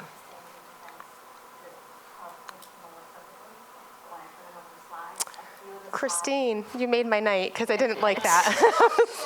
I know, I was like, Thank you. Thank you, Christine. Did everybody hear her? Yeah. Thank you for joining us at this you're time welcome. of night on a weeknight. We really appreciate you taking the time and answering our questions. It is complicated, but I think it helps to hear it said again and again, just to clarify Absolutely. for us. If you have any follow-up questions, I'll follow up with more information specific to the base aid ratio and the calculation. Please feel free to reach out to us at any time. We are here to be a resource to you. We appreciate it, and we will make sure that this is available for the public to see as well. Thank you again, Lisa. Thank you. All right. Now we get on to the regular business. Approval of the Board of Education monthly meeting minutes of January 21st, 2025. Do I have a motion to approve? All right, Chris, and a second? Second. Second by Lynn. All in favor? Aye, passes with 9. Now we have communication from the public. Do we have anyone signed up, Christine? Do we know? No? We're good? Okay, thank you very much. So I will keep moving us. Our student rep, I know, Maddie, that you have a hectic night yourself, so we will allow you to give your update quickly, and then we will dismiss you. Right? Not that it looked like you wanted to leave. No. So I did the AHS and AMS report for this month. In terms of AHS, Diversity Week is coming up March 10th through 14th, and that's being presented by Avon Voices for Equity. Today there was an internship showcase in the gallery from 6 to 7. Course selections are being finalized for all the high school students for their classes next year. There's going to be a career expo on March 26th for grades 9 and 10, and the SAT date is finalized to be set for March 26th. On March 5th, there's going to be a Women in the Workforce field trip, and that's 8:30 to 1:30. For both AMS and AHS, spring sports registration is out. Starting for the middle school, there's an art show that's being displayed all throughout the month of February, so that will be ending soon. Then March 7th, there's going to be a winter dance, and the robotics team is advancing to the state championships on March 1st. Fantastic. Thank you. We appreciate you staying. Hopefully you learned something with us tonight. But you are free to leave if you would like. All right, as far as our financial report, we didn't have a Finance Committee meeting this month, but Susan, did you want to say anything? The only thing I want to say is maybe clarify the additional $40 million that's being added to this year's excess cost budget. Yes, please. I think there's a little bit of confusion on how that's going to apply. We apply for the excess cost grant throughout the year. We first apply December 1st, and then we give our best estimate of what a student's going to cost through the end of the school year by March 1st. So we're doing that right now. We're actually in the midst of doing that. So some students' placements may have changed. Their costs may have changed from that very first submission December 1st. So the representatives talked about us perhaps getting 22% more than we had initially thought we were going to get. We're not even sure what we'll get based on what we submit in March 1st. So it's not that the town will see a windfall of 22% more of a grant revenue source. We just may get to what we budgeted. Because the initial figures that they provided us were 59% reimbursement percentage rather than the 80 we should be getting. And we would have been well below the $940,000 that was in this year's budget for the town to receive as revenue. So with the increased funds, we may get back to that point, but we haven't even finished putting in our 30 students that we get reimbursed for. I appreciate you clarifying that, and I just want to say again, I know I've said this in the past, we are always conservative in what our expectations are. Unfortunately, I hear stories from other districts where they put in wishful thinking money, and then they have to figure out how to fill in that gap after the fact. We do not put ourselves in that situation. Go ahead, Nicole. I just have a clarifying question for that, because maybe I'm misunderstanding you. So we may get 22% more of a number we didn't know we were going to get. So thanks for, we submit for a grant. We base our estimated revenues during the budget cycle, like we did for this year, based on what our prior year submission is, what we think the reimbursement percentage would be, based on the students we know at a point in time. We then have the actual year we're living in, what the cost of those students are. We submitted for, I believe, 26 students for reimbursement for our best guess at that point in time of what those students' tuition, transportation, evaluations, all their other services would be. That, at that point in time, if we were to receive what they told us, which was a 59% reimbursement, we would have been $100,000 to $150,000 below budget. If the numbers stay static as I am inputting them right now into looking at each individual student, what our estimate is versus, I already know one student, we had an estimate, we thought of a placement, that didn't happen. So what we put in is now going to be zeroed out. Okay, so that's less cost, we didn't spend the money, but we also aren't going to receive the grant reimbursement for it. So once we finalize that on March 1st, the state will then let us know with this $40 million what the reimbursement percentage. Instead of 59%, it may go up to 65%, which may result in us getting up to what we budgeted already, because we were conservative. We didn't trust. They've been low funding us the last couple years. So rather than budget the 80%, as Deb mentioned, we were very conservative to be in the 60 to 70% range. And that funding, is that across the board? All districts will get the same percentage? No, it's a tiered system based on wealth percentage. So we're in the lowest. Yeah. Okay. Susan, is this what Lisa was talking about when she said we get a portion back depending on the amount spent? Yes, this is the excess cost grant. Yeah. So this is what we were talking about, the $89,000 threshold. So in order to qualify for an excess cost grant, a student's cost to educate the student has to be 4.5 times the town's, our particular district's, per pupil expenditure cost for the previous year. So like the 80,000 or something. 89,000, right? Yeah. right. So then we can submit for reimbursement. When we submit for reimbursement in December, our preliminary, we're always very conservative, but to the point where we think some students are going to make it. If anyone's close to making it, we put them on the list, right? And then Dr. Fox and her team work very diligently to find every single dollar that we spend on that student. We do all of our in-district students, which we had not done in this district before I came. We ask for reimbursement for all of those. We go through every IEP, every service hour delivered. If that student has specialized transportation and they have specialized services and they are anywhere close to $89,000, we do all the work and we submit for reimbursement.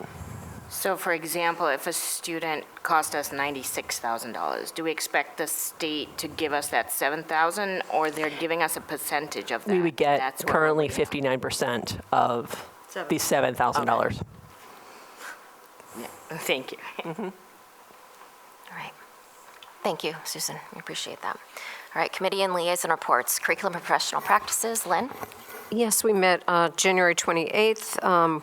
The minutes are in the packet, and we're going to be talking about the course proposal for 7th and 8th grade math tonight. And our next meeting is March 4th at 7 o'clock at the high school. Excellent. Thank you. Finance, that's me. We did not have the meeting, but our next meeting will be March 11th. Negotiations, Suzanne? There's nothing to report and no meeting scheduled. Thank you. Policy, Paige? Yep, we met on February 11th, and you'll see a lot of the discussion that went on that night as new business tonight. Thank you. Capital Region Education Council, Chris? Yeah, we had the legislative update, the breakfast, which I didn't get to actually eat the food because I had to drop off my twins at school. But that's okay, but everybody was there. It's just Danishes. Deb came, Dr. C, as a state rep. Senator Paul was there too. Our next meeting is on the 19th. Yeah. And Chris, would you like to make an announcement? Oh, yes. I was also voted to be on the CREC Foundation. We do a lot for funding and scholarships and great things for the CREC students. So it was a great honor to get that. Congratulations. Thank you. All right. Next, the chair report. I will keep it brief. I did attend the legislative breakfast with Chris, as mentioned. It's nice to be in a room with other board members and superintendents who share a like-mindedness for giving the best education we can to students. So it's always nice to connect in that fashion. I do want to acknowledge I'm always highly impressed by the internship showcase that takes place. I am grateful that they do it at 6 o'clock on the nights of our meeting so that we as board members can attend and interview them all. They are fabulous. I mean, there were some juniors in there that have already done 2 internships, so that means they're going to do even more. And I'm just reminding them to put it on their resume, and they're already on top of it, so I didn't even have to say that. But quite an impressive group, and it's always a good array of different options. And even the ones that maybe it wasn't a good fit for, it was still a great experience because they learned it wasn't the right fit, so they can move on to their next interest. So highly grateful for that program. I'm going to keep it really brief. I'm appreciative of the state representative and our senator coming out, Lisa making the time as well, just to educate us on this information. It's good to apprise ourselves regularly because it's a lot of numbers. It's a lot to take in. It's a lot to consider. So I am grateful that they took the time to join us this evening. Always enjoy seeing the students and celebrating. So I will move on to the superintendent's report. Thank you. Yeah, that was a lot tonight, so likewise, I will speak when necessary as we get down to the business end. Just, Mr. Medic, if you speak briefly to the hiring report, and I'll point you in the direction of the enrollments in the packet. Not really anything for me else for me to say about it right now, and we'll keep moving. Good evening. At this point of the year, we are continuing to fill vacancies in our non-certified areas. We did onboard 4 new individuals in our administrative assistant, paraeducator, nutrition service positions, as we recently had some departures from staff in those areas as well. We will be working over the next few weeks to set up for any hiring over the summer into next school year with possible anticipated openings, but it's the hiring report for February. Just one piece to point out that's not on the hiring report. You'll see it next time. You see the resignation of the PGS security specialist, Paul Varillo. He's been out on medical leave, and that's why it's pushed into the future. But in the meantime, we do have someone new. He didn't make the report. Kevin Fuller, who you may all know as our custodian over at PGS, who is a retired police officer. Was happy to take on the new role with us, and we're excited to have him with us too. So welcome to Kevin. As I said, you'll see it next time, but wanted to make sure I said it because otherwise it looks like we don't have anyone over at PGS, and we do. Thank you. That's it for me. I'm just gonna, like I said, you can look at the, we're status quo, and we'll just keep moving. Thank you. I appreciate that. Okay, we don't have anything on the consent calendar. We do have old business. This is a policy that we already discussed, and we're basically just reverting back to the previous version of it. So tonight we have a discussion and possible approval of policy 5145.5 regarding Title IX of the Education Amendments of 1972, prohibition of sex discrimination and sexual harassment.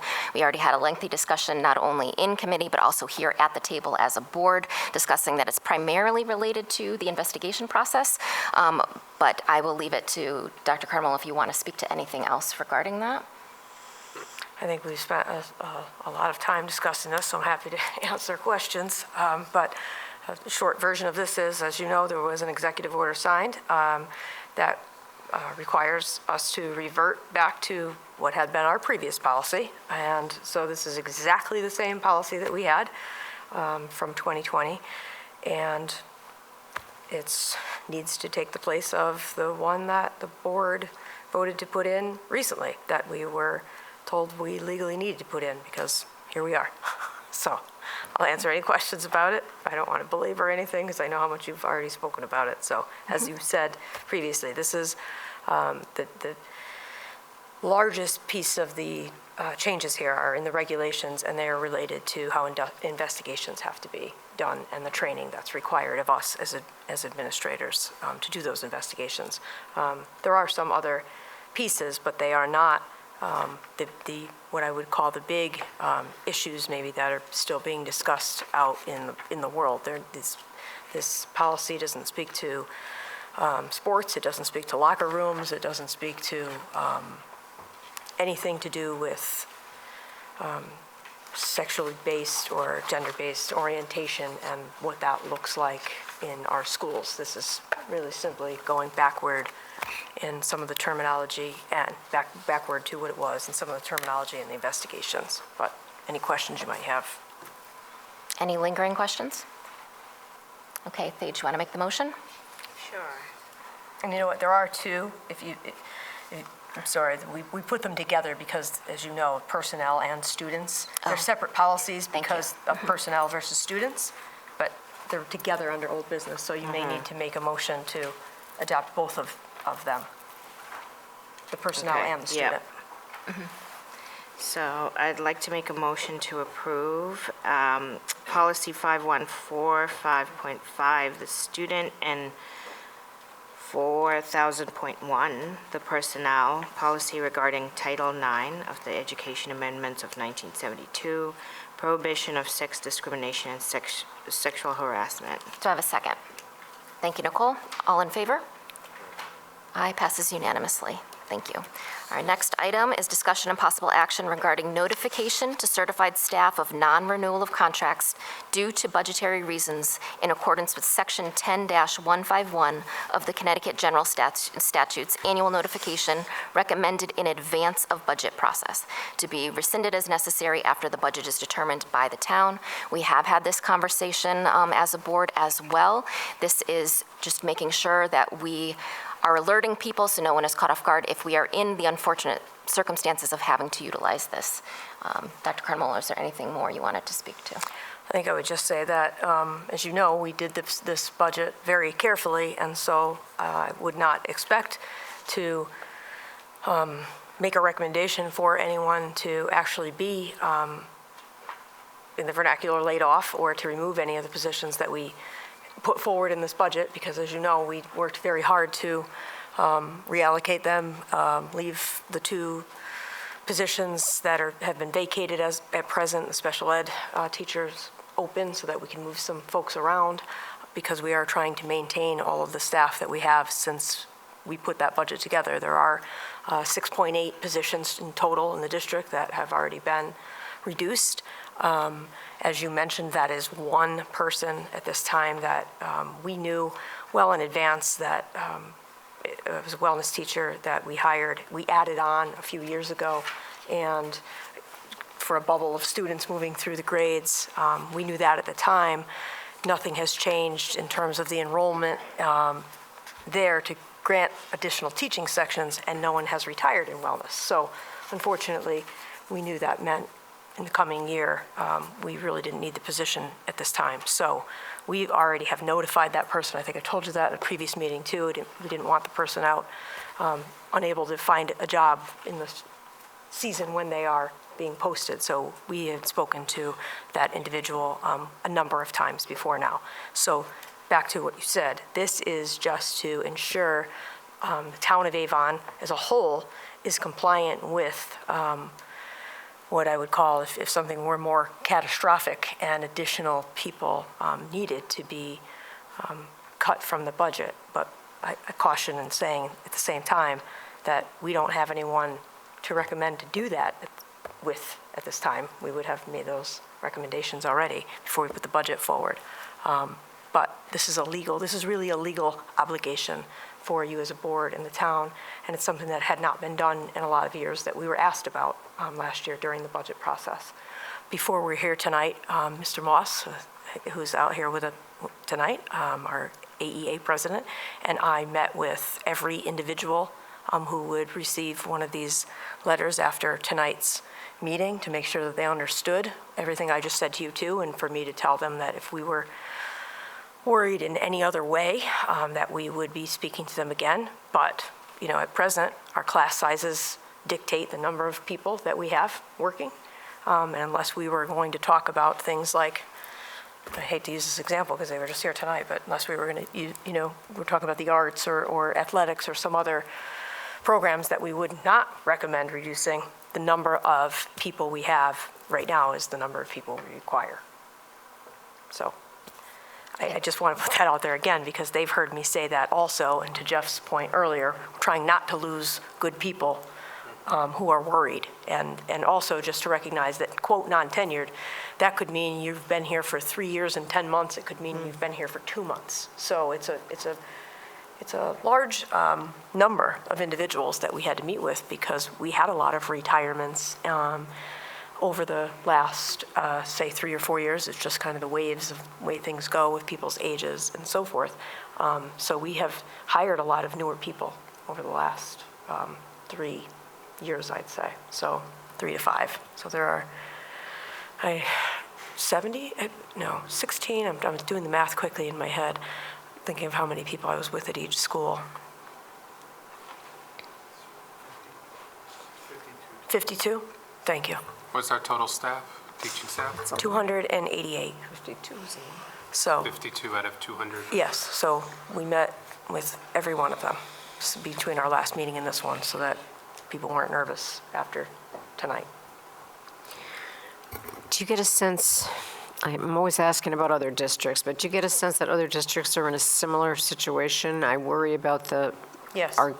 They are, so I Yes. guess that helps a little bit, right? To know that our people aren't going to get scooped up and. I think that when we continue to see the increases in dollars and percents that are coming from most of the towns in the state of Connecticut, inflation, costs of supplies going up, cost of benefits going up, you're seeing this all over the state, that people are worried about the budget season as a whole. And so it is a fairly common practice to do this every single year. Most of us were saying, there are many of us sitting in the rooms that, including the people I was speaking to, that have worked in other districts where they have gotten a letter like this. We were saying we had all, at one point in our careers, gotten the same. That doesn't necessarily make people feel that much better about it, nor does me telling them I think they should just not upset themselves any further for the time being and put it in a drawer when it comes. It's pretty much what I said to all of them. But to know that funding is up in the air, and here we are. All right, well, I just want to say how grateful I am, and I think the board is as well, with the respect that you've shown to the staff. We highly value our staff, and we did not want this to be a shock to anyone. So this has been handled in a way that no one is caught off guard. It's not something we enjoy having to do, which is why Avon doesn't typically do this. So just say that. I will make the motion, as hard as that is to do. Could I please have a second? No one wants to do that. I know. I'll second it. All right, thank you, Jeff. All in favor? Reluctantly. I think we have 9. Okay, next, discussion and possible approval of the letter regarding education funding on pages 69A and 69B. This has a lot to do with discussion we had tonight, as well as the statement that was raised by Nicole at our last meeting in an effort for the board to participate in doing something to advocate for our town and our budget. Hopefully you've all read through it. Does anybody have any input as to what's here? Or if people are comfortable with it moving forward, I believe we have a copy that we could sign this evening. We have a clean copy. Yes, if we are in agreement. We can make changes and reprint if we needed to also. Go ahead, Jeff. I just request that my last name is spelled properly. Oh, where are we? There is no C. There's a C missing. Oh, sorry, Jeff. Okay, then we sorry. won't be signing it. We do know how to spell your name. I don't know what happened there. Okay. Apologize. Anyone else have any input? Is everyone comfortable with us sending this? I think it has a little more power behind it when we send it together as a unit, along with Dr. Carnamola. All right, so do I have No, that's fine. a motion to approve the letter regarding education funding, and then we'll just have to sign it? We'll get it done. Oh, we can, are you? Okay.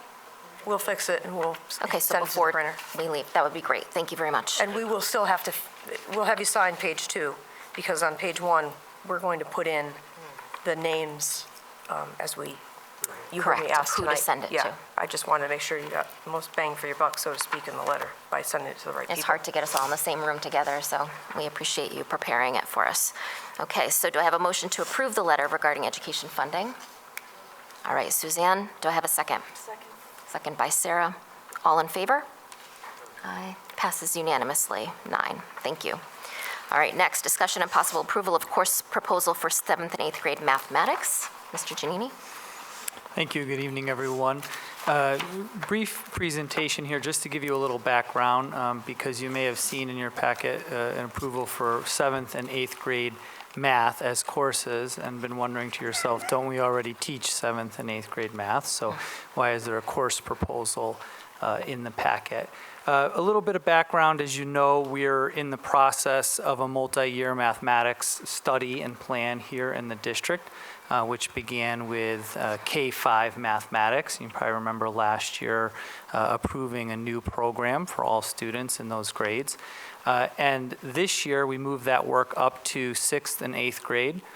So looking to continue the work started at the elementary school into the upper elementary and middle school. Their primary really focus as a middle grades, if you will, was both to continue the good work but then also to look at what was, no problem. What was, yeah. Okay, I'll keep going. What was happening with mathematics, specifically in grades 7 and 8, after many years of vertical conversation with our middle school teachers and our high school teachers. I don't know if you can see it, probably not yet. The first slide just shows you all of the individuals involved in this work in grades 6 through 8. Different than K-5, which really is going to be just a few select teachers. In 6 and 8, because it's just a few teachers at each grade level, all classroom teachers were involved in this process, including our administrators at each school and our 7-12 mathematics coordinator. So I just want to thank those individuals because on top of their busy schedules, they've come to numerous meetings over the past couple of years to help move this work along.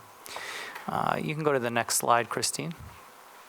So those are just some of the big questions that were driving the work, much like what we did with K-5. What were current trends in mathematics, making sure that our curriculum and our instructional techniques are up to par with current trends. And then just really looking at making some programmatic recommendations. That's not on the agenda this evening. It's work that committee continues to do. And then what kind of shifts might have to happen in the middle grades as our students come hopefully better prepared through the work that took place K-5. You can continue to move that along. The 6th grade recommendations were pretty minimal in terms of major changes. The big work really centered around including more problem-based learning and novel problems, which is a big part of the work that's happening K-5, so that as our students moved on to 6th grade, they continued to be exposed to that style of learning. One of the biggest questions we've had from parents of 5th graders over the past year is what's going to happen as my child moves to 6th grade. And so the teachers at that level have really been working to ensure that it's a smooth transition from 5th grade to 6th grade.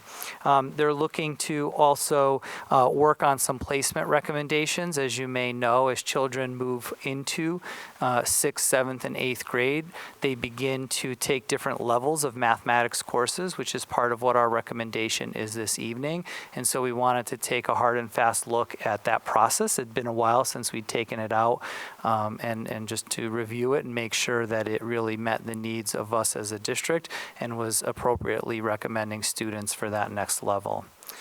We did pilot some materials, but again, that's still a work in progress.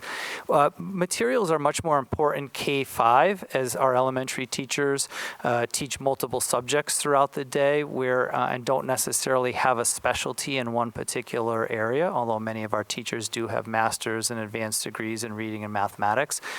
Whereas when you move into the secondary level, our teachers often specialize in something like mathematics. They're not as reliant on programmatic resources, so there's a lot more flexibility that exists. As we move to 7th and 8th grade, we get into really some of that big work that took place with that committee. And primarily the question was, does the Algebra for All model really accomplish its goal?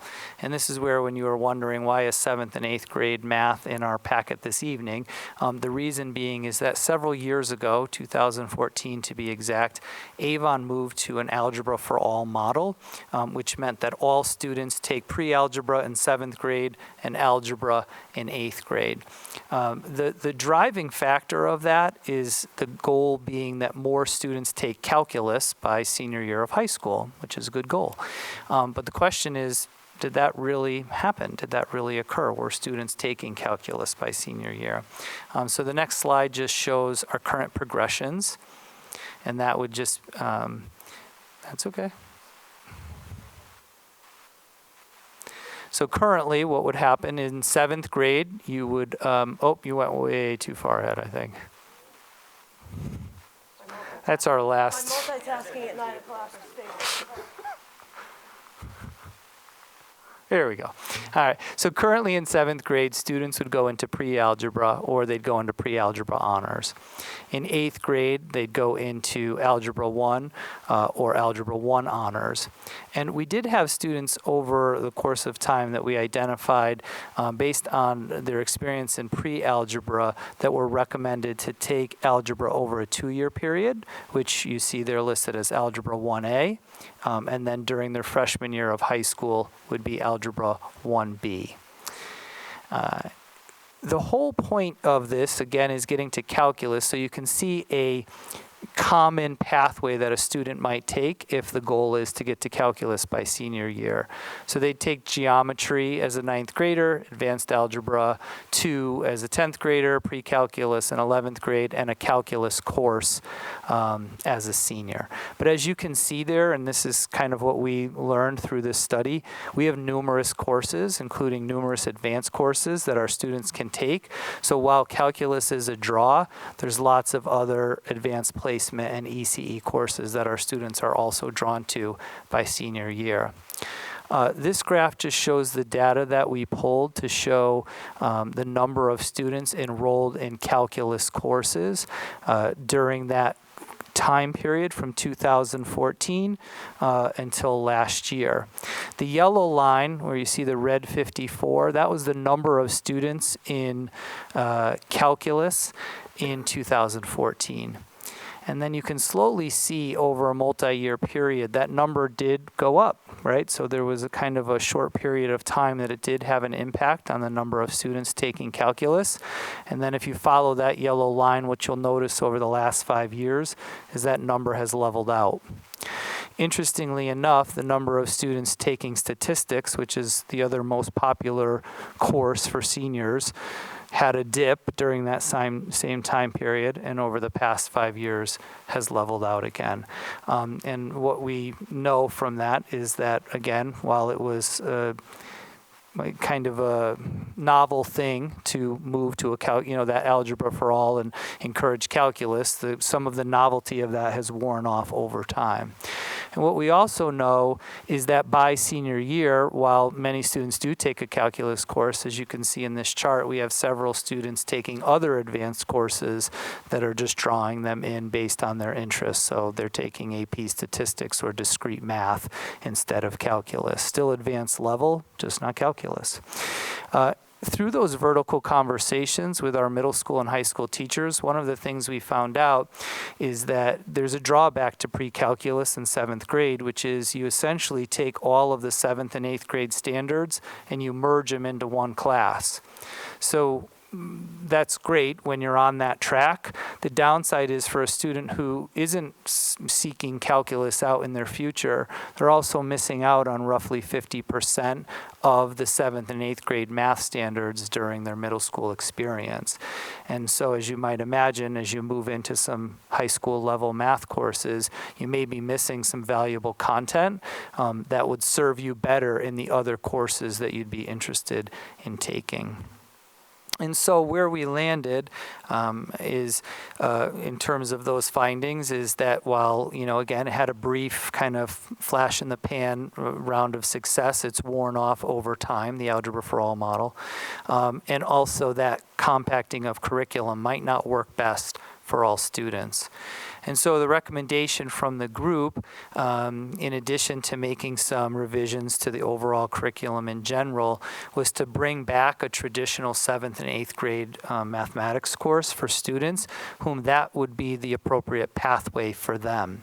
We're still planning to offer pre-algebra and algebra for those students who it's right for, but we felt like we could better serve our students' needs by bringing back traditional 7th and 8th grade math. So that's why you see in your packet this evening that recommendation for those two courses.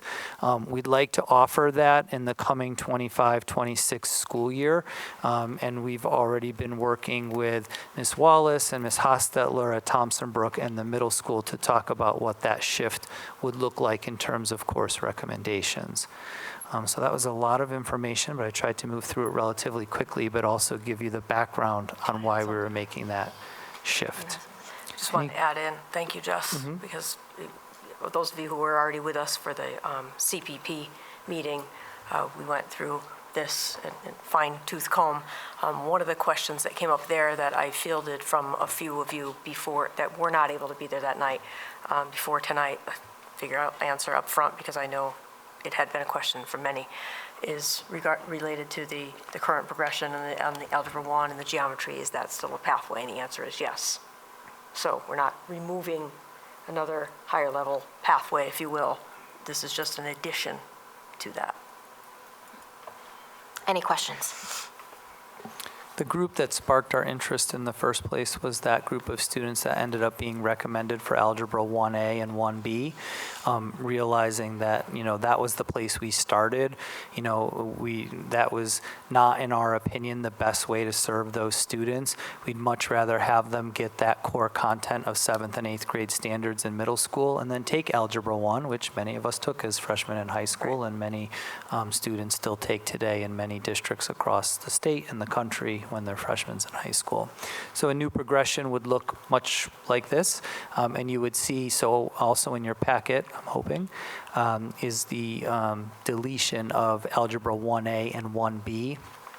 We no longer want to offer that after next year. We have some students enrolled in Algebra 1A this year. They would finish in 1B next year, and then that would be sunset as well. All right, thank you. That's not on the agenda, so we'll have to speak to that. So Lynn, would you like to make the motion to approve 7th and 8th grade math? So, yes, I'd like to make a motion to approve the changes to the pathway for grades 7 and 8 mathematics as presented tonight. Course proposal for 7th and 8th grade math. Mm-hmm. Yep. Do I have a second? Thank you, Ramesh. All in favor? Passes unanimously. And now the deletion of the other two, or is this appropriate? Algebra 1A and Algebra 1B. Yes, we would be deleting Algebra 1A. That would take place during the 25-26 school year, and then the deletion of Algebra 1B during the 26-27 school year. So we are adding this in as an item. So we need to move Can that. we say Yes. C 2425/69A or something of that nature, just to include I think you need it? to make a motion to add it to the agenda Add it- and Oh, vote on it's that. not on the agenda. Because Right, it's not adding it. explicit on the agenda. It's in the paperwork, but it's not. Yeah. And we just weren't seeing it in the same Could way. bring it back in the No, future. it's fine. Hold They it. just need to to follow the bylaws, they need to make a motion. Yes, we can add it as K, but we can take action now if we want to do that. Okay, so I'll make a motion to add the item to delete math, Algebra 1 and 1A. Do I have a second? I'll second. All right, thank you. And now Lynn, if you want to make the motion Okay, to officially delete. Yeah, motion to delete Algebra 1A for next year, for And this, 1B. And 1B for the following school year. 1B for the Yeah. following year, yes. All right, do I have a second? Thank you, Suzanne. All in favor? Okay, that passes unanimously as well. That'll be letter K at the bottom. All right, thank you. Could I add one quick plug? Sure. If you happen to be available on March 4th at 7 o'clock here, that will be the evening that we're going to review the new reading program recommendations. So if you happen to be available and able to join us that evening, we'd love to have you. Thank you. All right. Next is discussion and possible approval of revised policy 5144, student discipline. And I'll just make a note that all of the policies that remain on our agenda this evening were fully vetted and discussed at the committee level. And we had a lot of people in attendance, if I'm correct. The majority of the board was there. I think Yep. only a couple of you weren't able to be there, but also these are updates to existing policies that Legal updates. you've seen before also. So we're just being compliant. Every one the of law. these policies, with the exception of the social media policy, are required legal updates. Every one of the rest of them on the list. Okay, perfect. So as far as student discipline, was there any question about that particular policy? And the main change there is the in-school suspension going to no more than 5 consecutive school days. There are a couple of other small changes, but that was the substantive change, and that's in compliance with state law. Go ahead, Chris, sorry. Because it takes so long, it's a expulsion hearing. Do we have a time frame to get all of the board members there? Since it used to be 10 days, right? Yeah. So does that, allow us time to get everybody. So when we do need to have an expulsion hearing, we're under a very tight timeline, and, it doesn't happen that often here, but once in a while. And when Christine reaches out, yeah, we need an answer like the same day is really what it means to be in compliance with the law. Good question, Chris. Yeah, it is difficult, the notification process, but necessary, so that. Okay. Any other questions? All right, Thage, would you like to make the motion? Sure. I'd like to make a motion to approve the revised policy 5144 for student discipline. Do I have a second? Second by Sarah. All in favor? Aye, passes unanimously. Next is discussion and possible approval of new policy 4118.51, social media, social networking websites. Again, Dr. Carmela. Did I miss one? Purchasing. Oh, for Purchasing. crying out loud. That's okay. Okay, Yep, let's purchasing. go back to purchasing. Okay. Discussion and possible approval of revised policy 3300 for purchasing.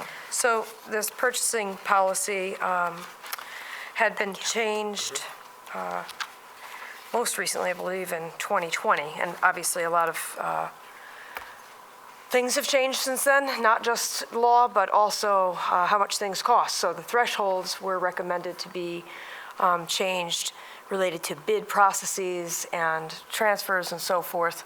And also, there is a clause that the town asked us to put in as a result of a federal audit on their side related to checking, and we talked about this in that meeting also, but checking vendors against a federal database, making sure that they comply with all federal regulations and aren't investigation for anything surly or illegal or terrorism-based or misuse of grants or the like. So that is the one piece of this policy, Jeff, that is Avonizing it because it is not in the model policy from Shipman and Goodwin. I would venture to guess at some point it probably will be, because I don't think the auditors that came to the town of Avon will keep it exclusive, as an exclusive recommendation to Avon, but that is why we have been asked to put that piece in. Okay. Any other questions?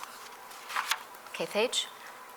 I'd like to make a motion to approve the revised policy 3300 for purchasing. Do I have a second? Nicole? All in favor? Aye, passes unanimously. Thank you. Now we're back to discussion and possible approval of new policy 4118.51 for social media or social networking websites. So this is in conjunction, which is why I also noticed the number is .51, because it's related to acceptable use policies. This is not required by law, but it is recommended, and many districts have put something into effect like this already. The CABE has versions of the policies you can choose from also. Both CABE and Shipman and pretty much every other educational law firm in the state recommends that boards have a social media policy for employees, just to be clear about, number one, that First Amendment rights still are held by employees, but also that there are limits to what you can do when it looks like you're mixing work with personal speech. And so it is recommended that all boards put in a policy like this one. This is one of the model policies that matches closely to our acceptable use policy. So it is the one Shipman recommended you put in to go hand in hand with the acceptable use policy for employees. Thank you. Any questions? Okay, Thage? I'd like to make a motion to approve the new policy 4118.51, social media and social networking websites. Do I have a second? Thank you, Lynn. All in favor? Aye, passes unanimously. Thank you. Discussion and possible approval of revised policy 5131.71, student use of district computer systems. It's on page 149 if anybody wants to keep up. I'm going to speak to both this one and the next one at once because one is personnel and one is students, and these are really small changes. Majority is, as you know, we just keep having to change these because the types of technology that's out there keeps changing. We obviously don't necessarily need to talk about personal cassette players or personal data assistants. I think we took 8-track tapes out of these sometime in the last few years, but those are being changed. I keep saying I hope they come up with some blanket word that just encompasses all technology so we don't have to keep coming back and changing these. But There is that, and the other major change that's not something to laugh about is related to sexual abuse material. They're changing the terminology from pornography to sexual abuse material to be clear that it could be also child sexual abuse, not just something considered pornography. That obviously we need to be cognizant of when we're talking about using the internet safely for both students and personnel.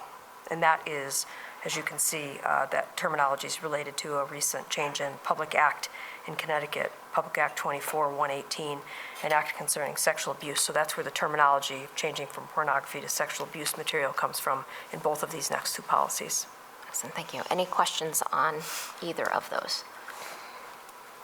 Okay, Paige, would you like to make the first motion? Yep, I'd like to make a motion to approve policy 5131.71, student use of district computer systems. Do I have a second? I'll take Chris this time. Thank you. All in favor? Passes unanimously. And Paige, the second one regarding staff. And then I'd like to make a motion to approve policy 5131.81, use of private technology devices by students. Do I have a second? I will take Suzanne for this one. Thank you. All in favor? Passes unanimously.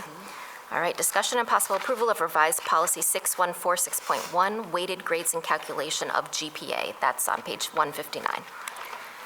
So this doesn't represent any change in practice to us, but what it does do is make sure that we are in compliance with what the law now requires, which is to be clear in your board policy that you do weight classes differently. So an advanced placement class, your grade weighting might be higher than an honors level class or a college prep class, for example. You have to be clear about that in your board policy. And one of the reasons, so that's what's on page 160. If you go to the last page for me, Christine, on 162, one of the reasons that's required to be clear is what you see here. The CAAP, I hate the acronyms, but that's the Connecticut Automatic Admissions Program, which requires your grades to be turned in unweighted as a way to getting automatically into college. So we're talking about Central Connecticut, State Connecticut, Eastern, Southern, Western, those universities for Connecticut residents, for all high school students. If your GPA is X, and it has changed a little bit over the years, unweighted, you have automatic admission to those programs. So making sure you're clear about the weighting, number one, and number two, having this language here on page 162 makes us compliant with that Connecticut General Statute, Public Act 2447. Thank you. Any questions? All right, Paige? I'd like to make a motion to approve policy 6146.1, weighted grades and calculation of GPA. Do I have a second? I'll take Ramesh this time. Thank you. All in favor?